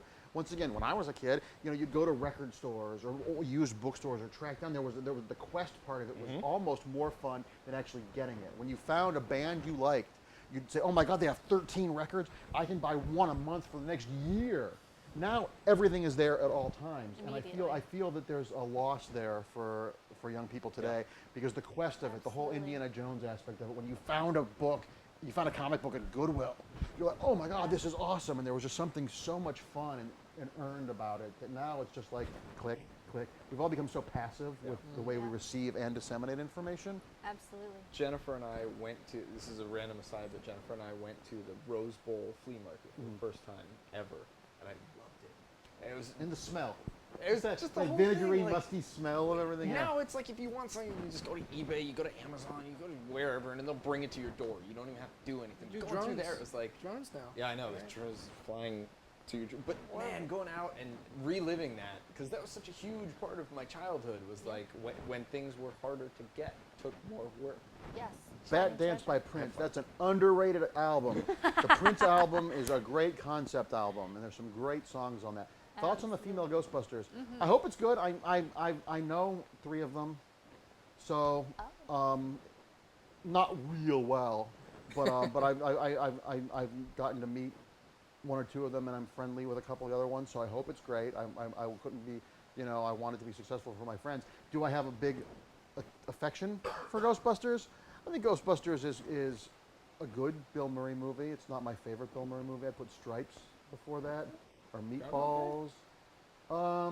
Groundhog Day, yeah, but the Andy McDowell thing, ugh. It's like the suggestion of an actress. Why didn't they ever use Tom Welling as Superman in a movie? Oh yeah. What do you Because think he's of not that? a movie star. He's a TV star. Oof. Do you really Some think people- so? by the dozen. Oh Or gosh. the Fog remake. Yes, he was. Was Yeah. he good in that? No. Oh, I don't know. No. You're so He was earnest. better I in Cheaper feel by the Dozen. that's because he's in 3 I seconds know, of it. which was a good choice. I'm sure he's a super nice guy, but there are certain actors, some actors can do stage and some actors can do screen, and some of them are lucky enough to be able to do both. Some actors are great on TV, some actors are great on film, some actors are great on both. I just don't think the words, "You want to go see the new Tom Welling movie," have ever been said by anyone that wasn't Tom Welling. I think he's picked up on that. He's mostly producing nowadays. Yeah, he hasn't done anything Yeah. since Smallville. I don't Which is think. nifty, though. It's No, he's produced a lot. He directs. No, I mean, I think he acting directs a wise. lot of TV too. If I'm Acting not wise. mistaken. Created Hellcats. Yeah, Acting yeah. wise. Did that. Yeah, he's. And he was a having model before that. I mean, he's also like 6'6" or something. He's a giant. So If I'm sure you've watched the first few episodes of Smallville recently, just because I know you're constantly revisiting that series. That man's did not start out an actor. He was definitely He grew modeled into the his, role. He modeled his way through that first season. the Abercrombie and Fitch Network. Yep. Yeah, exactly. We have one more bit of news, and Yes. then we'll throw to a video. This is hot off the press. So a team up we never saw coming in comic book television is upon us. Sound Fox and Marvel have put their differences aside to bring us not one but two X-Men TV shows. The first one being Legion, which will feature Xavier's son while he suffers from mental illness. That's going to be on FX, and the second one will be called Hellfire, which will revolve around the Hellfire Club ticker tape. on Fox. So Fox will now have two comic book television shows with Gotham. The shows are said to be an extension of the current X-Men movie universe, with both Bryan Singer and X-Men producer Lauren Schuler Donner named as producers on both series. And this is fully confirmed. This is Yeah, real. yeah. They're in Came out development. Oh. Once again, these are the baby sea turtles have hatched. Right. And Marvel's Yes. the one that announced it, which is even more Interesting. surprising. I gotta say, why the hell these two? I don't know. Like when we Well, were talking, conceptually, Legion's a great idea. A guy who has multiple personalities, and each personality has a different superpower. Yeah. That's easy. yeah, The Hellfire Club, it's a sex club in the 70s with fetishes and mutants. Okay, I'm sure that there's, that one seems a harder sell. And I don't know, that material is so adult and so potentially edgy. Even going back and reading the original Claremont Burns stuff, it's kinky. So I don't know if Disney Marvel is going to allow that Yeah. sort of maturity. That's why that's going to be the one on network. Well, so Fox. far it's being developed for Fox, but those things, when you have multiple channels, that all changes. And I mean, the real quandary with Legion is every different superpower is going to have to be a whole different visual effects house. So when you have, Not with if they're Clark, it simple was like, superpowers like yeah, true. I can turn your hair pink and I can make those donuts move. I mean, it's not necessarily going to be I'm going to nuclear blast and Yeah. flying through space. Well, that's, I mean, because I know going back to Smallville, it was like each effects house had one thing. It's like, okay, we need your, go back and do X-ray. Okay, do heat vision, do super speed. But now it's do all of those and a different one each time. I have to wonder why they're. It just seems like an oddball move to release these. I don't know. I don't see the appeal to either one of these as being huge, I guess. But I don't know. Right now, the market's very saturated with superhero films. Yeah, And TV. TV shows Yeah. especially. I don't want to be the naysayer. Hopefully, they'll be good. Well, guys, we're gonna cut to a quick video. Does this bald guy shut up? Thank you, Cutter. Wait, are we? Oh, are we gosh. doing this? Thank What? you. Wait, hold on. Yeah, it's the internet. So Come far, on. I've I think it's funny. been very surprised at how awesome everyone has been tonight. I'm talking to all of you guys, not that one guy. But it is the internet, so you'll Well, occasionally I'm get not the, making to make him feel bad. I think it's funny. you get the 12-year-old. Did he just leave? Did I shame him from the room? No, we've banished We gave him and him a exiled him timeout. for He's being sitting in the rude. corner. He can watch. He just can't talk. The timeout is literally like Twitch is the platform. Their way of like giving you a little warning. Oh, He that's can't- fine. can't I'm say not, anything for I 600 can take seconds. it. I can take it. If I can give it out to Tom Welling, I can take it from Cutter 31. Well, we're going to introduce you to an old-time tradition. You grab your news prompts, you crumple them up, and you throw it at the camera out there. You take your best shot at the camera lens. The one, Oh, So bad. oh, that was not a good shot tonight. uh, Ah! oh, a little Oh, low. you got a second I got try. two. You got a I got second two. try. Notice, Cutter, I'm not talking as I'm doing this. Ah, that was Oh, pretty that's the good. closest so far. All right, guys, stick with us through this short, very, very short, just like 2 minutes trailer for John Schnepp's The Death of Superman Lives commercial. We'll Yeah, I be read right that. back.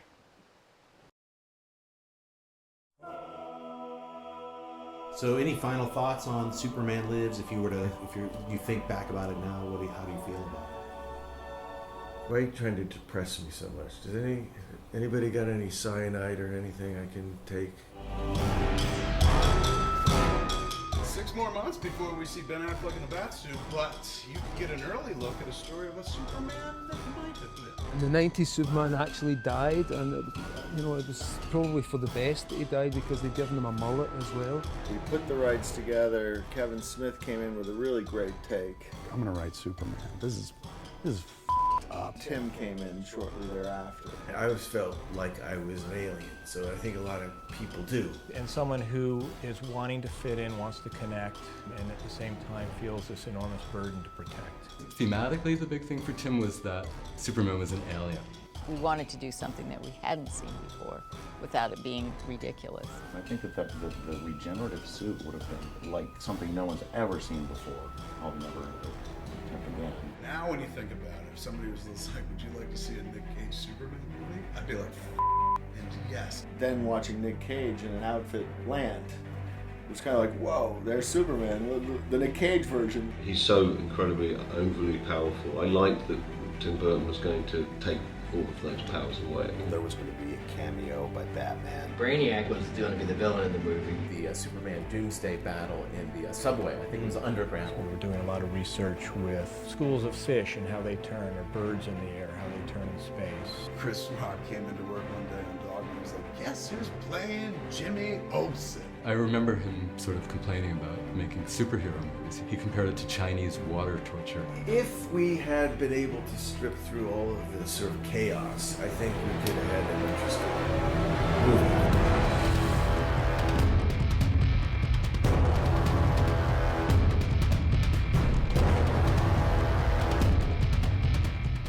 It's a movie I'd still like to see. And plus, I would have been able to do a lot of cool monsters. It's uncovering the past. I love it. It's kind of haunted me in a way, you know, the what if of it. It's the one costume I've never gotten to really make that I've always thought would have been like amazing. The Death of Superman Lives. What happened? You're going to find out. Kevin Smith's going to help tell it. I got involved, that's what happened, and then it died. It was truly the death of Superman.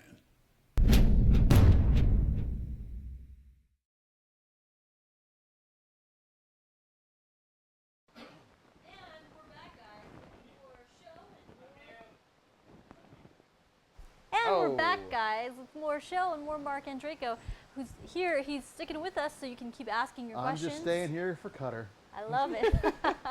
So we have you to thank, Joke that keeps on giving. All right, we're going to move into the next segment. It is very interactive, and I think in the interest of time, we're going to go best of 3, first to 2. How is that, guys? All right. Sure. Yeah? All right.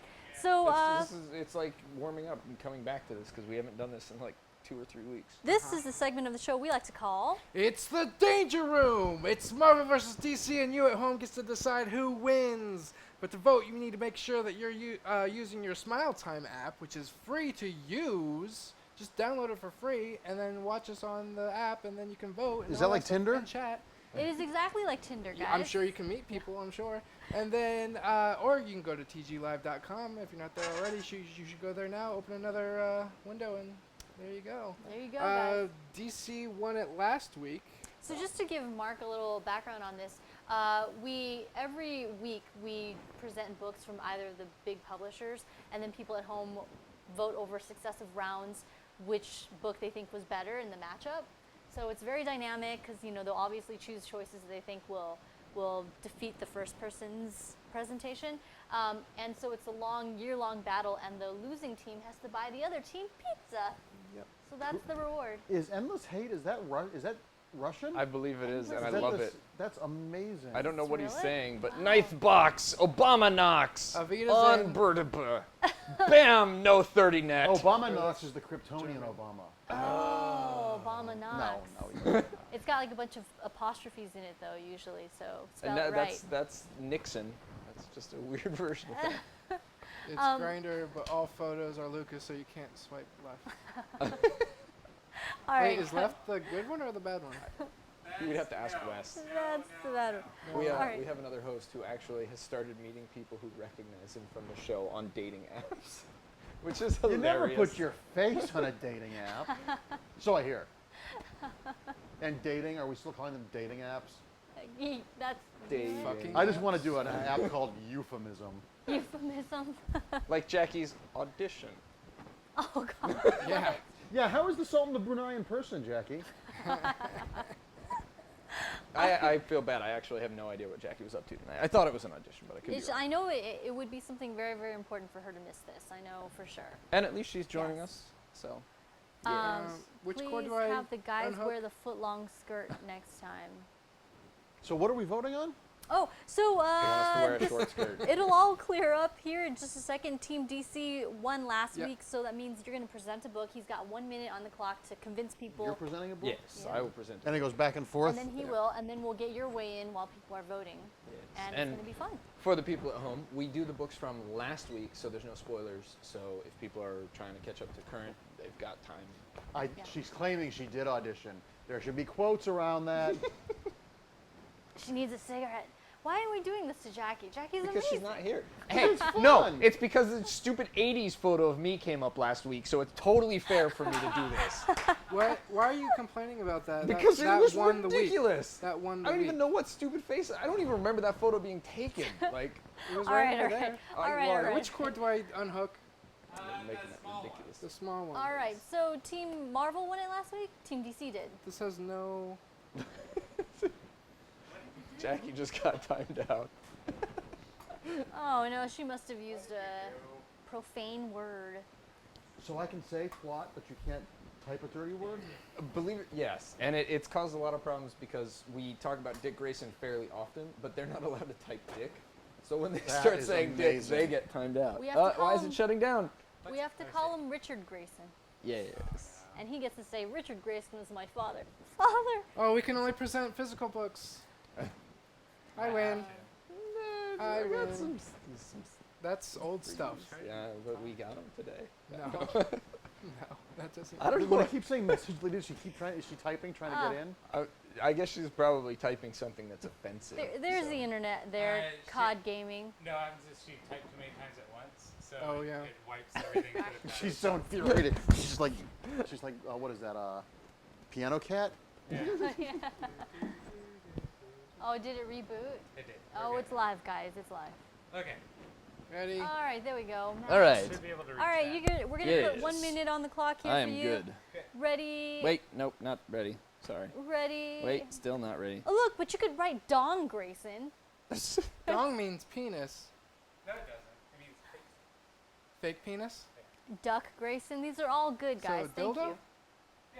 All right. And go. For round one, DC is presenting Batman Beyond #5. Holy shit, this book is awesome. Brother Eye has actually taken over the entire Justice League, and we're finally seeing them literally tear apart Gotham. In the meantime, poor Tim Drake can't use the Beyond suit anymore because it's been hacked, so he has to go back and do the Jim Gordon Batsuit. But of course, it's got camo tech, so it ends up wearing the awesome black and red. He straight up kills Jon Stewart, and he's really sad about it, but he kind of has to do it, which is kind of like, what just happened? Better than that, we see that Batman Beyond can take on the Brother Eye version of both Wonder Woman and Superman. It's really cool because these characters were introduced and used a little bit in Future's End, but now we're getting to see more of them, which is awesome. I'm sorry, Jackie, but Wonder Woman has... she doesn't survive this book, and Superman spoilers. doesn't either.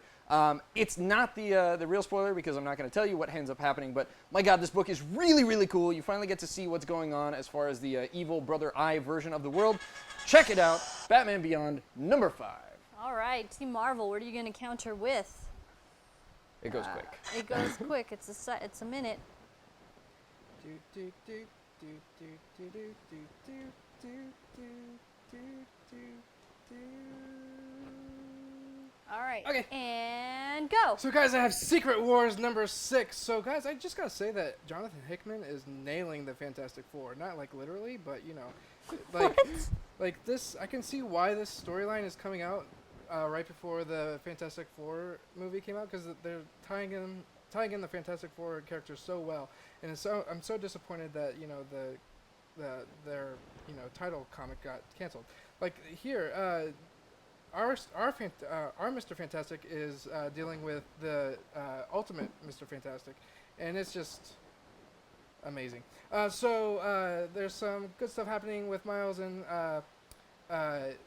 Peter, but one thing I do want to point out is that Invisible Woman is telling her son stories about the Fantastic Four, and the son asks, "So what happened to the Thing?" Well, we find out that the Thing is actually the wall that separates all these worlds, and also Black Panther and the Infinite Gauntlet. Okay, 1 minute. That was fast. It was a breakneck, fast round there. For round 1, we have Secret Wars number 6 versus Batman Beyond number 5. And we're going to put a minute on the clock for you guys to vote. As Lucas said, go to tglive.com. It's the only place you can vote from unless you're using the app, the Smile Time app. Super simple. 1 click gets you logged in. 1 click on the screen where it says DC or Marvel will cast your vote. And in the meantime, we're going to get Mark's opinion on which he would vote for. Yeah. No, I leave him alone. I didn't read Batman Beyond. Fair. I read Secret Wars. I guess Secret Wars 9 is coming out in 2017. Oof. No, December. Oh, okay. Oh, okay. They didn't say which December, though. There's one every 12 months. This December. This December. Okay, I'll be back in December when they're reviewing it. I'm going to have to vote for Secret Wars, even though I'm giving it grief, because Esad Ribic is a pal of mine, and his artwork is amazing, and he is like one of the nicest guys in the world. So I read it. I didn't understand any of it, but it looked pretty. Looked very pretty. You But people guys don't agree.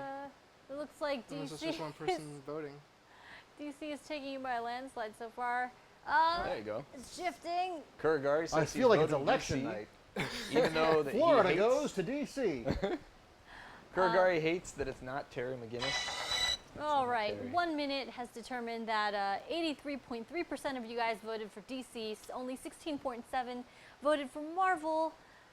And like There a you Fox go. News poll, that's probably 3 people for DC and 1 person for Marvel. Right. I think there had to have, to get those percentages, it would have been 7 people voting. Ooh. All right, I think COD have Gaming math. has now officially earned himself his timeout. So let's go ahead and do that. No, spell Chinese right if you're going to do it. Chinese? For the love of God. Chinese? But Chinese. Jesus. All right. So we're going to move into round 2. So we're only doing 2. If you win this, If you win it's this, over. we're done. Then we go Okay. back to Well then. then we do Infinity Gauntlet and we do Watchtower. We can ask Mark more questions. Watchtower, that's a Jehovah's Witness thing? Yep, precisely. They're our sponsors. That would be amazing. You wouldn't though. All right, Matt, are you ready? I am. And Thanks, Vini Vici. I know, my legs are great. I thought it was Veni Vidi Vici. Isn't he missing one? And go. He does have some pretty sweet legs. And go. For round 2, DC presents Batman and Robin Eternal #1. I cannot believe how good this book is. That's right.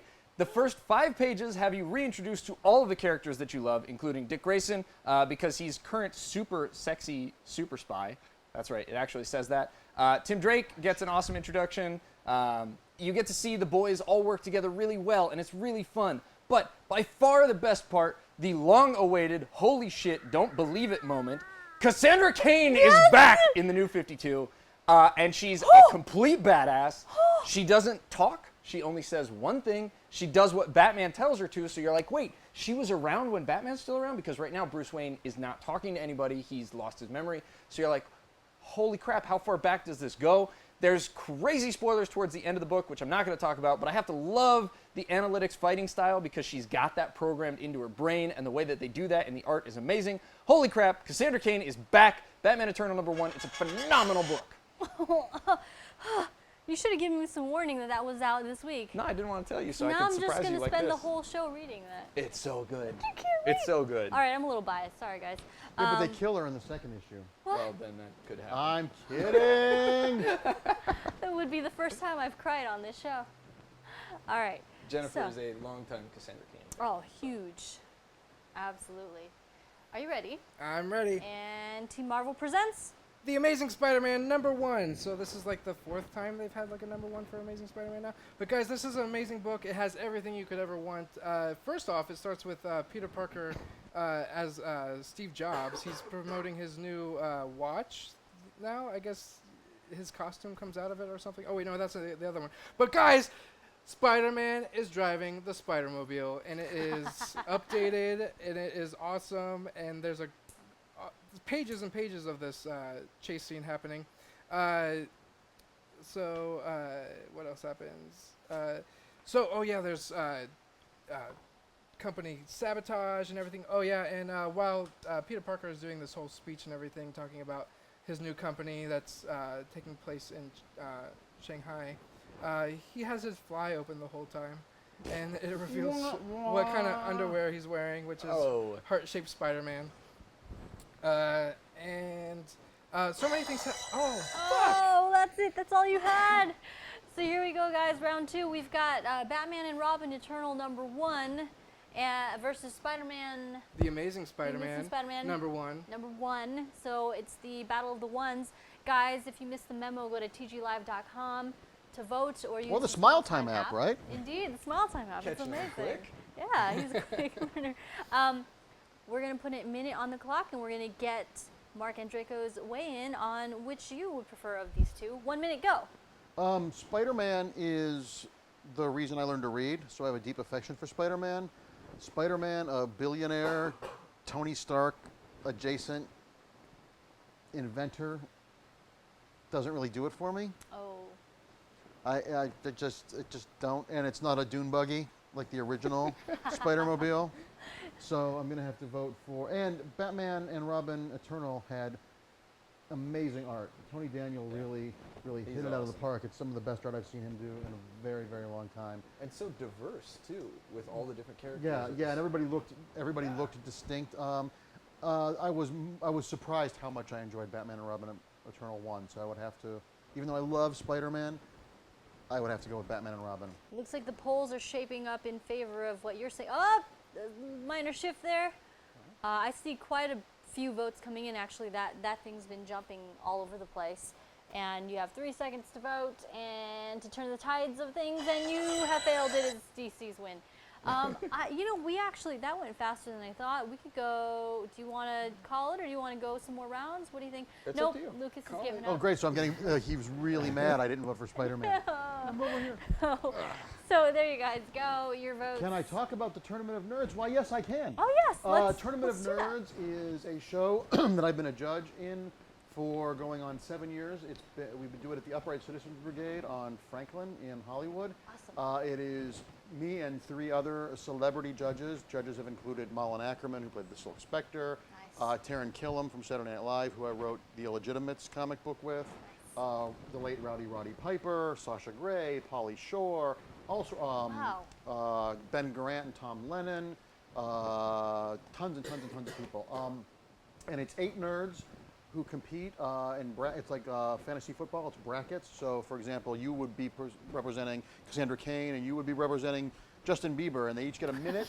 And it is that weird. You each get a minute to debate, then a 30-second rebuttal, then the judges vote, and because there's 4 of us, sometimes it ties, and it goes to the audience. It's been sold out for going on 7 years now. I've judged every single one but 3. This is our Halloween one. It's this Saturday night at midnight at the Upright Citizens Brigade on Franklin. Tickets are $5 Amazing. only. You can go online and order tickets at the UCB Upright Citizens Brigade website. And it's super, super, super fun. It's a blast. It's about an hour and a half. There's always comedy bits. And I know what the lineup is for this Saturday show, and it's some of our best performers competing. And it is ridiculous and hilarious and filthy and just a blast. And like I said, we do it every month. Yes, Sasha Grey. Yep. Yeah. That's all I got to say about that. But yeah, it's super fun. So if you're in town, come. And when we do, and the shows we're doing in November and December, if you bring a unwrapped toy, I will have special limited edition autographed comic books for everyone who brings a toy, and then we give the toys to the Los Angeles Children's Hospital for Christmas. Oh, that's awesome. We've been doing that for the past 5 years as well. So sweet. Matt was making some interesting faces during. Did you come? I was. Did you guys film Tournament of the Nerds? Yeah, we did. We did a couple episodes for the Nerdist channel. I think I might have met you long before I think I actually knew you. Were you a cameraman? I think we talked. No, I wasn't a cameraman. This is going to be weird. I did a cameo as Wolverine walking in with, what's his name? Producer guy from... Producer guy's pretty general. No, producer guy from Batgirl Spoiled. Damien Bauer. Not Damien. Sax Car. Sax Car, yes. Ah. Because he walked in with the Avengers. Yeah. And I happened to have the Wolverine costume back then, so I showed up. I think I met you. Tupac was there. The Tupac. Cutter 31. I'm really It's not weird. offended. I was just playing with you. Just playing with you. Don't feel bad. Bye. Oh, and I need to give a shout out to the two hosts of the show, the creators of the show, Justin Donaldson, who is a comedian, director, writer, and Hal Rudnick, known as the host of Screen Junkies. Oh, cool. They are the hosts, and they're great. So yeah, it's super fun. Please try and come. I think you'll enjoy it. And even if you don't, it's only $5. Oh my God. How have we not gone already? I'm upset that you were on there as like a little guest spot and you never told me about this. This sounds like our bag. How many times have we spent Saturday nights not knowing what we're doing? Well, we do only do it 12 times a year, so it's really hard. I think I've only ever seen one show at Upright Citizens Brigade. It was the Apple Sisters. No. And there's a We bunch can of go. bars and restaurants on the same block. Yeah, it's beautiful. So it's a you great can get there location. early and go get a drink before the show. Getting liquored up, I recommend highly. We do it on stage. I think there's a bar that, because again, going back to all of these random things getting tied together, I think there was a liquor store that weirdly had old grandpappies. or Yeah, there's not a Happy Van there's Winkles, it's the, old granddads. the Oaks Gourmet is this shishi cheese little No, place. that This has a was liquor like store. a gas station liquor Oh, store. where we filmed, that's where we filmed the show. That's a different place. Oh, okay, That's yeah. not the- yeah. Gotcha. Very good. No, but yeah, the area of town that Can I show up as Bishop from the X-Men? Sure. Are you an African-American male? No, you don't have to. It might be a little bit offensive in these politically correct times if you're not at least African-American. You don't have to be male, but... I didn't know VDA Monster was Los Angeles local. Oh, hey, VDA Monster. Oh, I'm no. surprised. That means Yeah, actually, VDA Monster, check the UCB website because I think we do have people come in costume for the Halloween ones. I know we did last year. I know it's a little far out from Halloween proper, but if you want to come give your costume a test run, There we go. Neo, if you don't mind helping us find that link to the page and posting it, and a quick reminder, guys, as the MooBot has just fired fortuitously there, that is the link to Mark's social media, so you can go ahead and follow him. It's the least you can do for him giving us 2 hours of his time today. He's a Eisner and a Harvey Award-winning writer for comic books, some of your favorite characters ever and favorite books ever, so there you go, do that. He is indeed a black male, but Darky Suka says you could be Black Xavier or white female Cyclops. Sure, why not? White female Cyclops. We're going to do the next segment. I think Mark's going to have a lot of fun with this. Yes. Do you want to do the introduction to the segment? I don't know what this segment is. This is the Infinity Gauntlet where... Oh, the Infinity Gauntlet. Yeah, so you can turn around and grab the Infinity Gauntlet. Why is this No, so we can far? let Lucas do the stunts. There we go. Does it light up? It does not. No, Oh, it used that's to be If you hold it up against the light. it used to be a piggy bank. We Do you want us to do this? well, Do you, why don't you? have we No, gone through this? Do you know? You might have, but I don't okay. recall. Then Lucas, you want to take it away? No. Matt, you could do 'cause I it. don't. I'll It's do in the it. Daily Planet. I'll do it. I'll do it. I'll do it. My skirt just snapped all the way up. We'll cut that out in editing. You guys got a special show. It is time for the Infinity Gauntlet. Wow, Wes was right. That hurts. This is where we take That's your. what Thanos said. This is where you guys propose matchups, any matchups from any comic books or pop culture that you can imagine. The more ridiculous, the better, and we pool our collective nerd knowledge to debate who would win. There you go. So, first up, VD Monster saying Thor versus Wonder Woman. Now, people will just start shouting them out, and we'll pick the ones that we're most interested in. So, it's always fun watching them go by. People have come up with some pretty funny ones. There we go, guys. Twin Galaxies Live has posted. Thank you, Neo, very much. Click on that link so you can check out the Tournament of the Nerds. All the details there, and they can buy tickets from there as well. Yeah, you can buy tickets online, yeah. Buy tickets online, guys. Lock them down. And while it they're sells still out available. very quickly, so get your tickets. Nice. Jackie has suggested Mark's Manhunter versus Daredevil. We've got That's Thor versus interesting. Wonder Woman. We've got Overstocked suggesting Cable versus Cyborg. Wow, fascinating. Well, Silver Surfer versus the Beyonder. since we do have Mark here, and it's very, very rare that we actually have the creator of the character or the female iteration of Manhunter, because there have been several Manhunters, Yes. correct? indeed. And they're all dealt with in volume 2 of the trade paperback collection. There you go. I explained them all. There you go, guys. Including the puffy sleeve version with the strange white tunic. Oh, that's one of the best ones. That was Walt Simonson and Archie Goodwin. That was classic. I'm not sure I've ever read any of that. Oh, you've got to. It's brilliant stuff. IDW did an artist's edition, the big hardcover from all the original art. Yeah, that's a great Manhunter. The costume's very of its era, but it's weirdly super my exposure smart. to it is Jose Luis Garcia Lopez's style guide art of it, but I don't think I ever read any of the. That style guide, if you have a copy of that, it's selling for a fortune on eBay. I know, which is why I will never let go of it. Yeah. I'm so happy. The 80s are such a warm time. Well, let's Cassandra go ahead. Cain versus Harley Quinn in a mud wrestling match. Thunderbolts versus Suicide Squad. Black Panther versus Aquaman. Let's do Manhunter versus Daredevil just to start All us right. off. Just because, like I said, it's rare that we have the creator. I would say that Manhunter would win because Manhunter is willing to kill. But the sticky part comes when Manhunter. For those of you who don't know, the Manhunter version that I did for DC was a federal prosecutor in Los Angeles who prosecuted supervillain crime as sort of a metaphor for celebrity crime, the Robert Blakes and the O.J. Simpsons. And when supervillains manipulated the system and got out of jail or got found innocent for reasons of things like genetic anomaly, she would go after them. She wouldn't kill the Riddler because the Riddler robs banks, but she firmly believes the Joker should be killed because the Joker's never going to be mainstreamed and working at Taco Bell. And at this point, he's killed like 3 million people, so he's never going to get better. So she would use, very similar to Wonder Woman, she would use lethal force when it's the last best option. So because of that, I would think she would win. But if they were forced to, Daredevil's a hero as well, so if we're going to take the idea that they're forced to, I think she would ultimately use that against Daredevil. Because Daredevil did things like, he never killed Bullseye. I mean, he dropped Bullseye and paralyzed him, but Bullseye got better and killed how many more people. So she would have an issue with that. Interesting. So she would self-motivate herself to do the deed. And I think Daredevil would pull his punches with a woman. I think, it's along those fair. it's along those things of, the way, being raised an Irish kid with, with a dead mom, he would have issues with that. I mean, look at it with Elektra. I mean, when he and Elektra fought, Very she true. kicked the crap out of him because he didn't want to hit her. Yeah. Which is an admirable thing. Men should never hit women. But I think that Kate Spencer, that's the Manhunter's, her civilian identity, would use that. Interesting.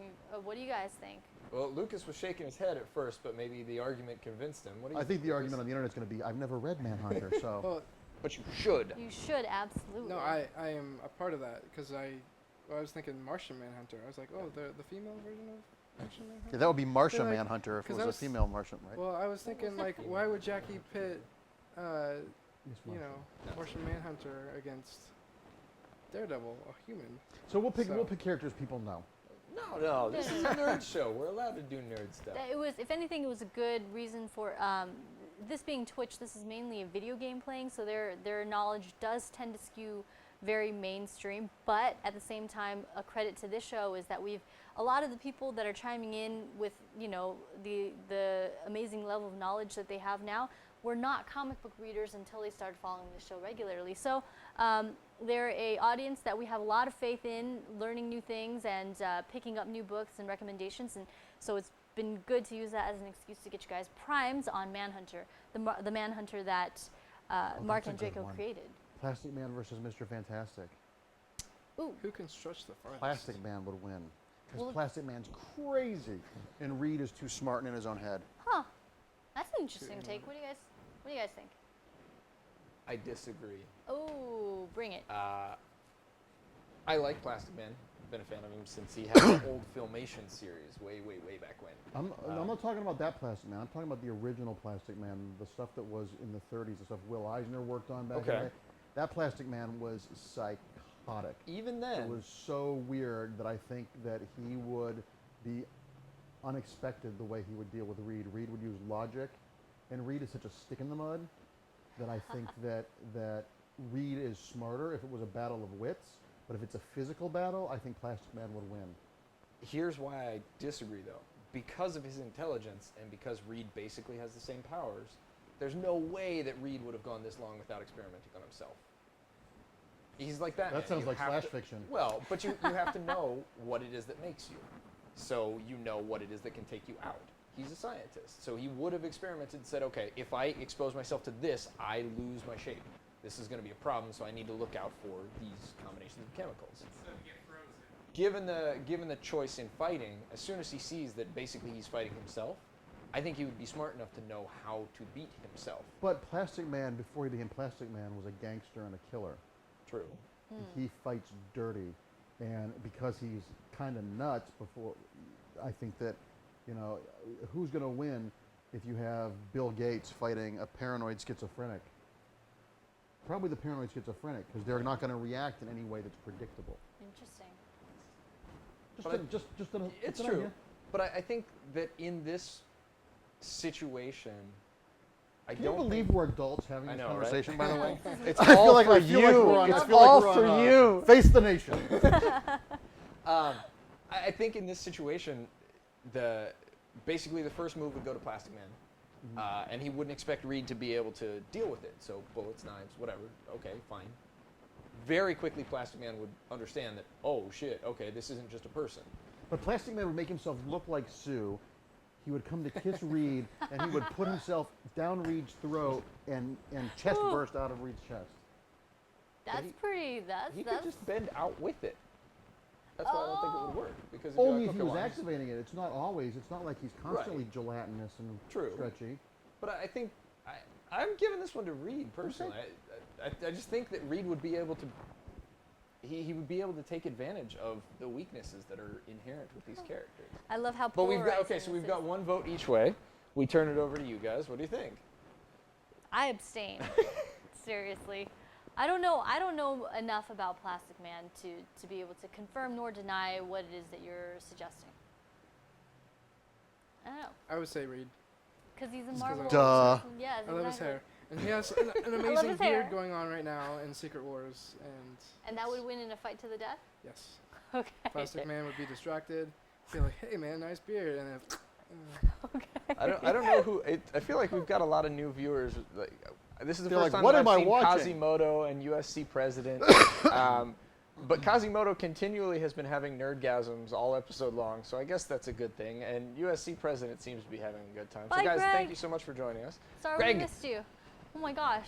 take it easy. Take it easy. Jackie's chiming in as a host on this show. Her vote is completely valid. She says, I say Plastic Man because Reed sucks. All right, there you go. Reed, Secret Wars, Jackie.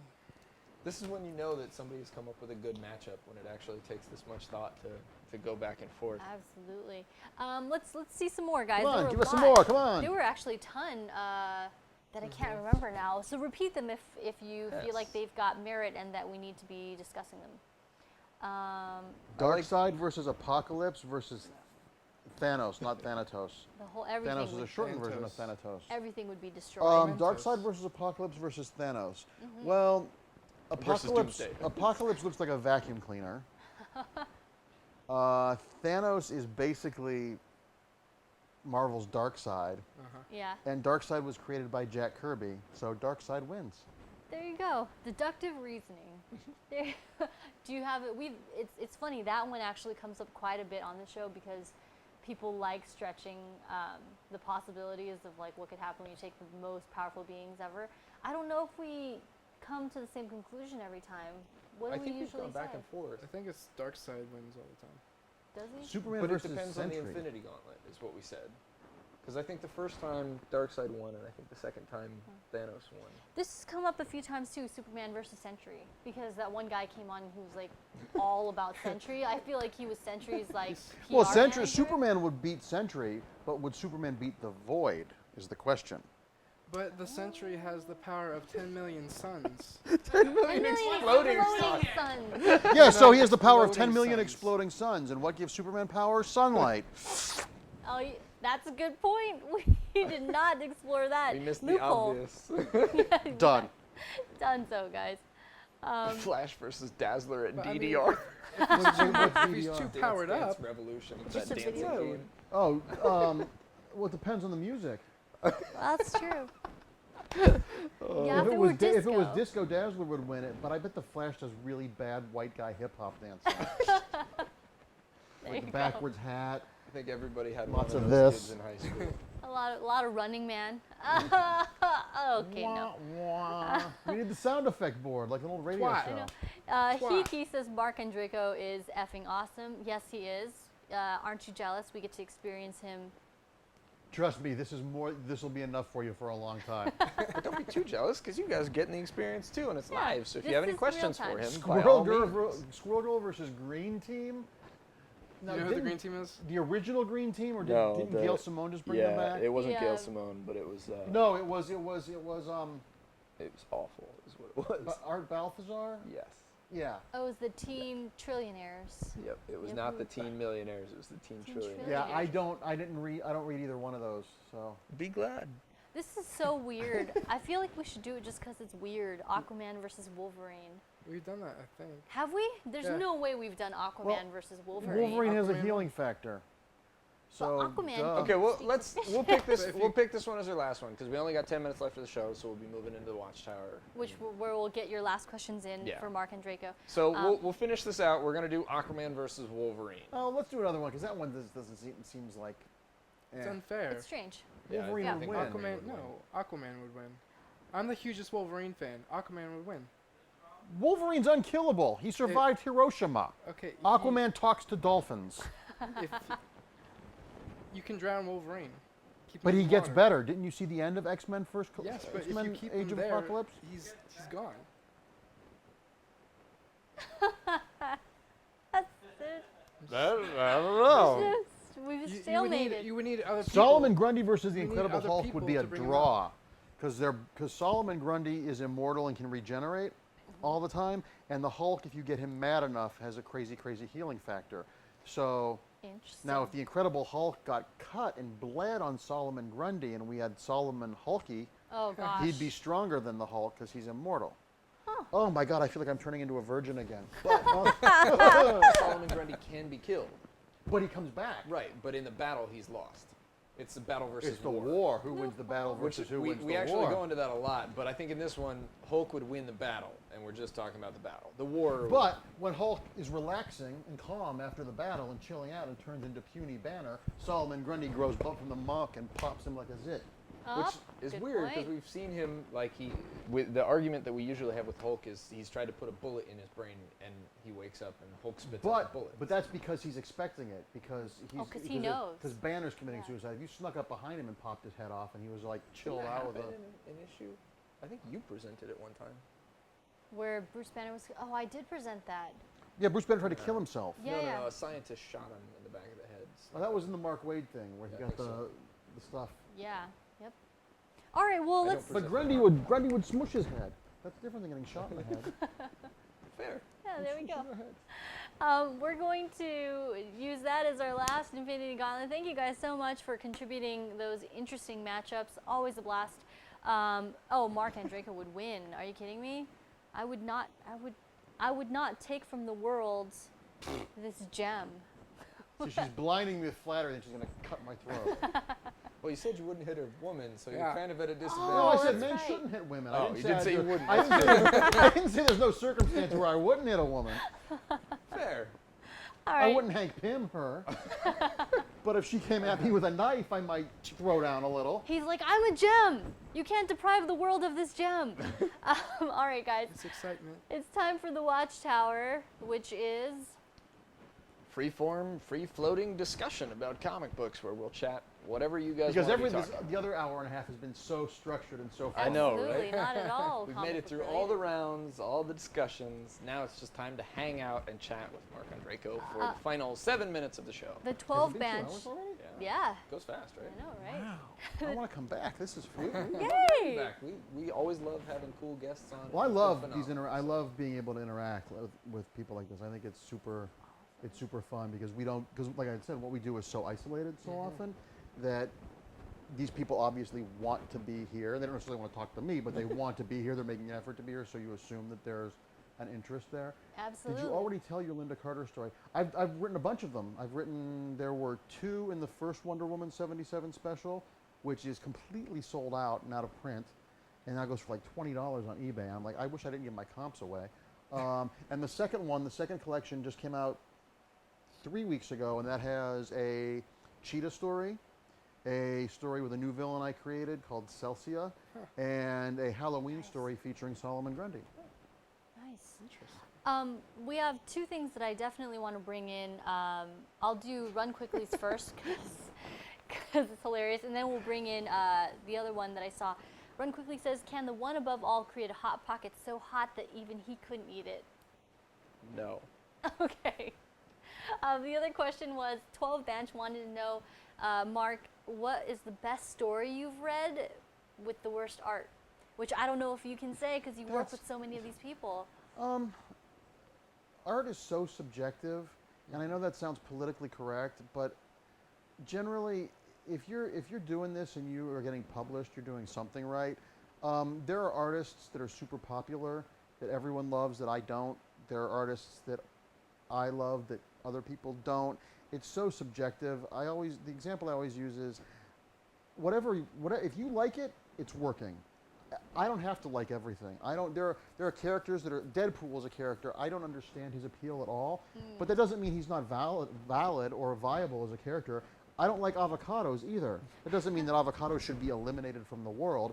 It's a matter of separating your opinion for not connecting with something from saying something is bad. There is bad work out there, but if somebody makes the effort to make a comic book or write a book or make a movie or do stand-up, I'm going to give them props for that. So I'm going to kind of defer from that just because there's enough negativity. There you go. There are mismatch artists and writers all the time. Huh. But once again, it's very subjective. I know that sounds very Pollyanna-ish, but... No, it's fair. And go ahead. Speaking of artists, I was trying to Google you before. Did you do a little pencil work back in the day? No. Okay. No. Google is wrong. No. Google's wrong? Never. But it's on the internet. Thoughts on Dwayne McDuffie? He is sorely missed. He is sorely missed. I got the opportunity to meet him briefly once, but I'm a huge fan of his work. And if you want to experience some great Dwayne McDuffie stuff, today just came out, Marvel released the complete Dwayne McDuffie Damage Control trade paperback, which was announced a couple weeks ago that ABC is developing for a show. It's about the insurance company that cleans up all these superhero battles. And the original run from the 80s has art by the great Ernie Colon, who co-created Amethyst, which is a great underrated character. That's a character I would love to write, Amethyst, the Princess of Gemworld. Dead now? I don't know where she is in the new I think 52. she's dead. I don't know about that, but the original stuff. She died trying to save Frankenstein. Comic books are awesome. USC president, thank you for your patience. I know you asked this at the very beginning, and you've been waiting for it to be answered. But Marc Andreyko, if you could team up with R.A. Salvatore, the man who killed Chewbacca, what kind of comic book would you do? What? He's the guy. He writes a lot of that D&D fantasy type stuff, right? Normally, he's known for. He's a novelist. Forgotten World. He's got some franchise. I don't know. I don't know. I'm really not familiar enough with his work other than I've seen his names a couple of times. Are you a fantasy person at all? Does that genre? I'm much more a fantasy supernatural horror person than I am a sci-fi person. Gotcha. Yeah, I don't really care about Star Trek or Star Wars. Ooh. But I love Dune. And I love my favorite Star Trek movie is Galaxy Quest. Oh, yes. Awesome. Very quickly, Jackie had a great question because she would be here to ask you. She says, to anybody who's just joining us in the chat who wants to get into comics, what would you recommend? What's the best way to get into comics if you've never if you're a writer, you need to find an artist to draw your work. Getting into. I think she meant like for readers. Oh, for readers? Yes. I would say read. Oh my God. No, it's not would you like to play a game of thermonuclear war? That's a War Games reference. That was a movie from 100 years ago. That was just for me. Read Scott McCloud's Understanding Comics. It's a graphic novel about the history of the sequential art form. It's done as a comic book. It's great for film people. If you're looking for stuff that I would take to a desert island to read, I think Alan Moore's run on Swamp Thing is indispensable. It's the best Alan Moore stuff ever. If you're a fan of horror or gothic romance or superheroes, it hits all the buttons. Watchmen, of course, is great. Persepolis is a great graphic novel about a girl growing up in Iran in the 70s. Mouse, the only the only graphic novel to ever win the Pulitzer Prize, is a metaphor with cats and dogs and mice about World War II and the prison camps. There's a great book that's still in print that no one talks about called My Friend Dahmer. It's a graphic novel by a Cleveland artist named Durf Backdurf, who went to high school with Jeffrey Dahmer, and it's about their time in high school. It's not about the killing or any of that stuff. It's about Jeffrey Dahmer in high school. It won all sorts of book awards. It's fantastic. Wow. And another book that I talk about all the time, if you're a horror fan and you like female characters, Terry Moore's Rachel Rising is one of the most underrated horror books out there. It's like David Lynch, but not as obtuse. And it's fantastic and scary and super, super, super smart. That's some stuff that's not superhero-y to try. What was it called again? Rachel Rising. He publishes it himself through his Abstract Studios, and the 6th trade paperback collection just came out. It's fantastic. Oh, and one more. Scott McCloud, who did Understanding Comics, also wrote a book called Zot that was absolutely fantastic. I don't want to tell you anything about it. There's a collection of the black and white stories. There were 10 color issues that are out of print, but the black and white collection is issues 11 through 36. Zot original art is some of the first original art I ever bought as a fan, and I can't recommend that book enough. I guarantee you'll like it. Very nice. That's very comprehensive. You guys have some homework to do. Thank you so much. Thank you so much, Marc Andreyko, for joining us. This was great. Thank you guys. Thank you. It's been amazing. And we're we're very honored, and we would love to have you back anytime you want to be back. Sure, on the I show would love to come back. Yeah. Awesome. Matt, why don't you take us out with the outro? Lucas is better with the socials. Lucas, go ahead. Take the outro. Guys, you've just been watching the Comic Book Show. We're here every Wednesday right here at TwinGalaxiesLive.com. Catch us here next Wednesday at 9 p.m. PST, and catch our bite-sized little episodes on Stanley's World of Heroes every Mondays. And make sure to follow us on Twitter at officialTCBS and like us on Facebook at officialTCBS. And follow Mark. Yes. Let's fire that Moobot. There you guys it's go. right there. Oh, it's right there. You have no excuse. And if you're in LA and you're free on Saturday at midnight, come to the Tournament of Nerds at Upright Citizens Brigade on Franklin Avenue in Hollywood. It'll be super, super fun.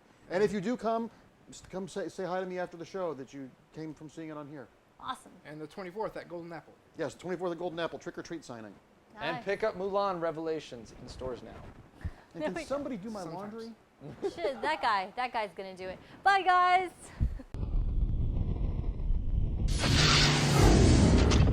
Twin Galaxies.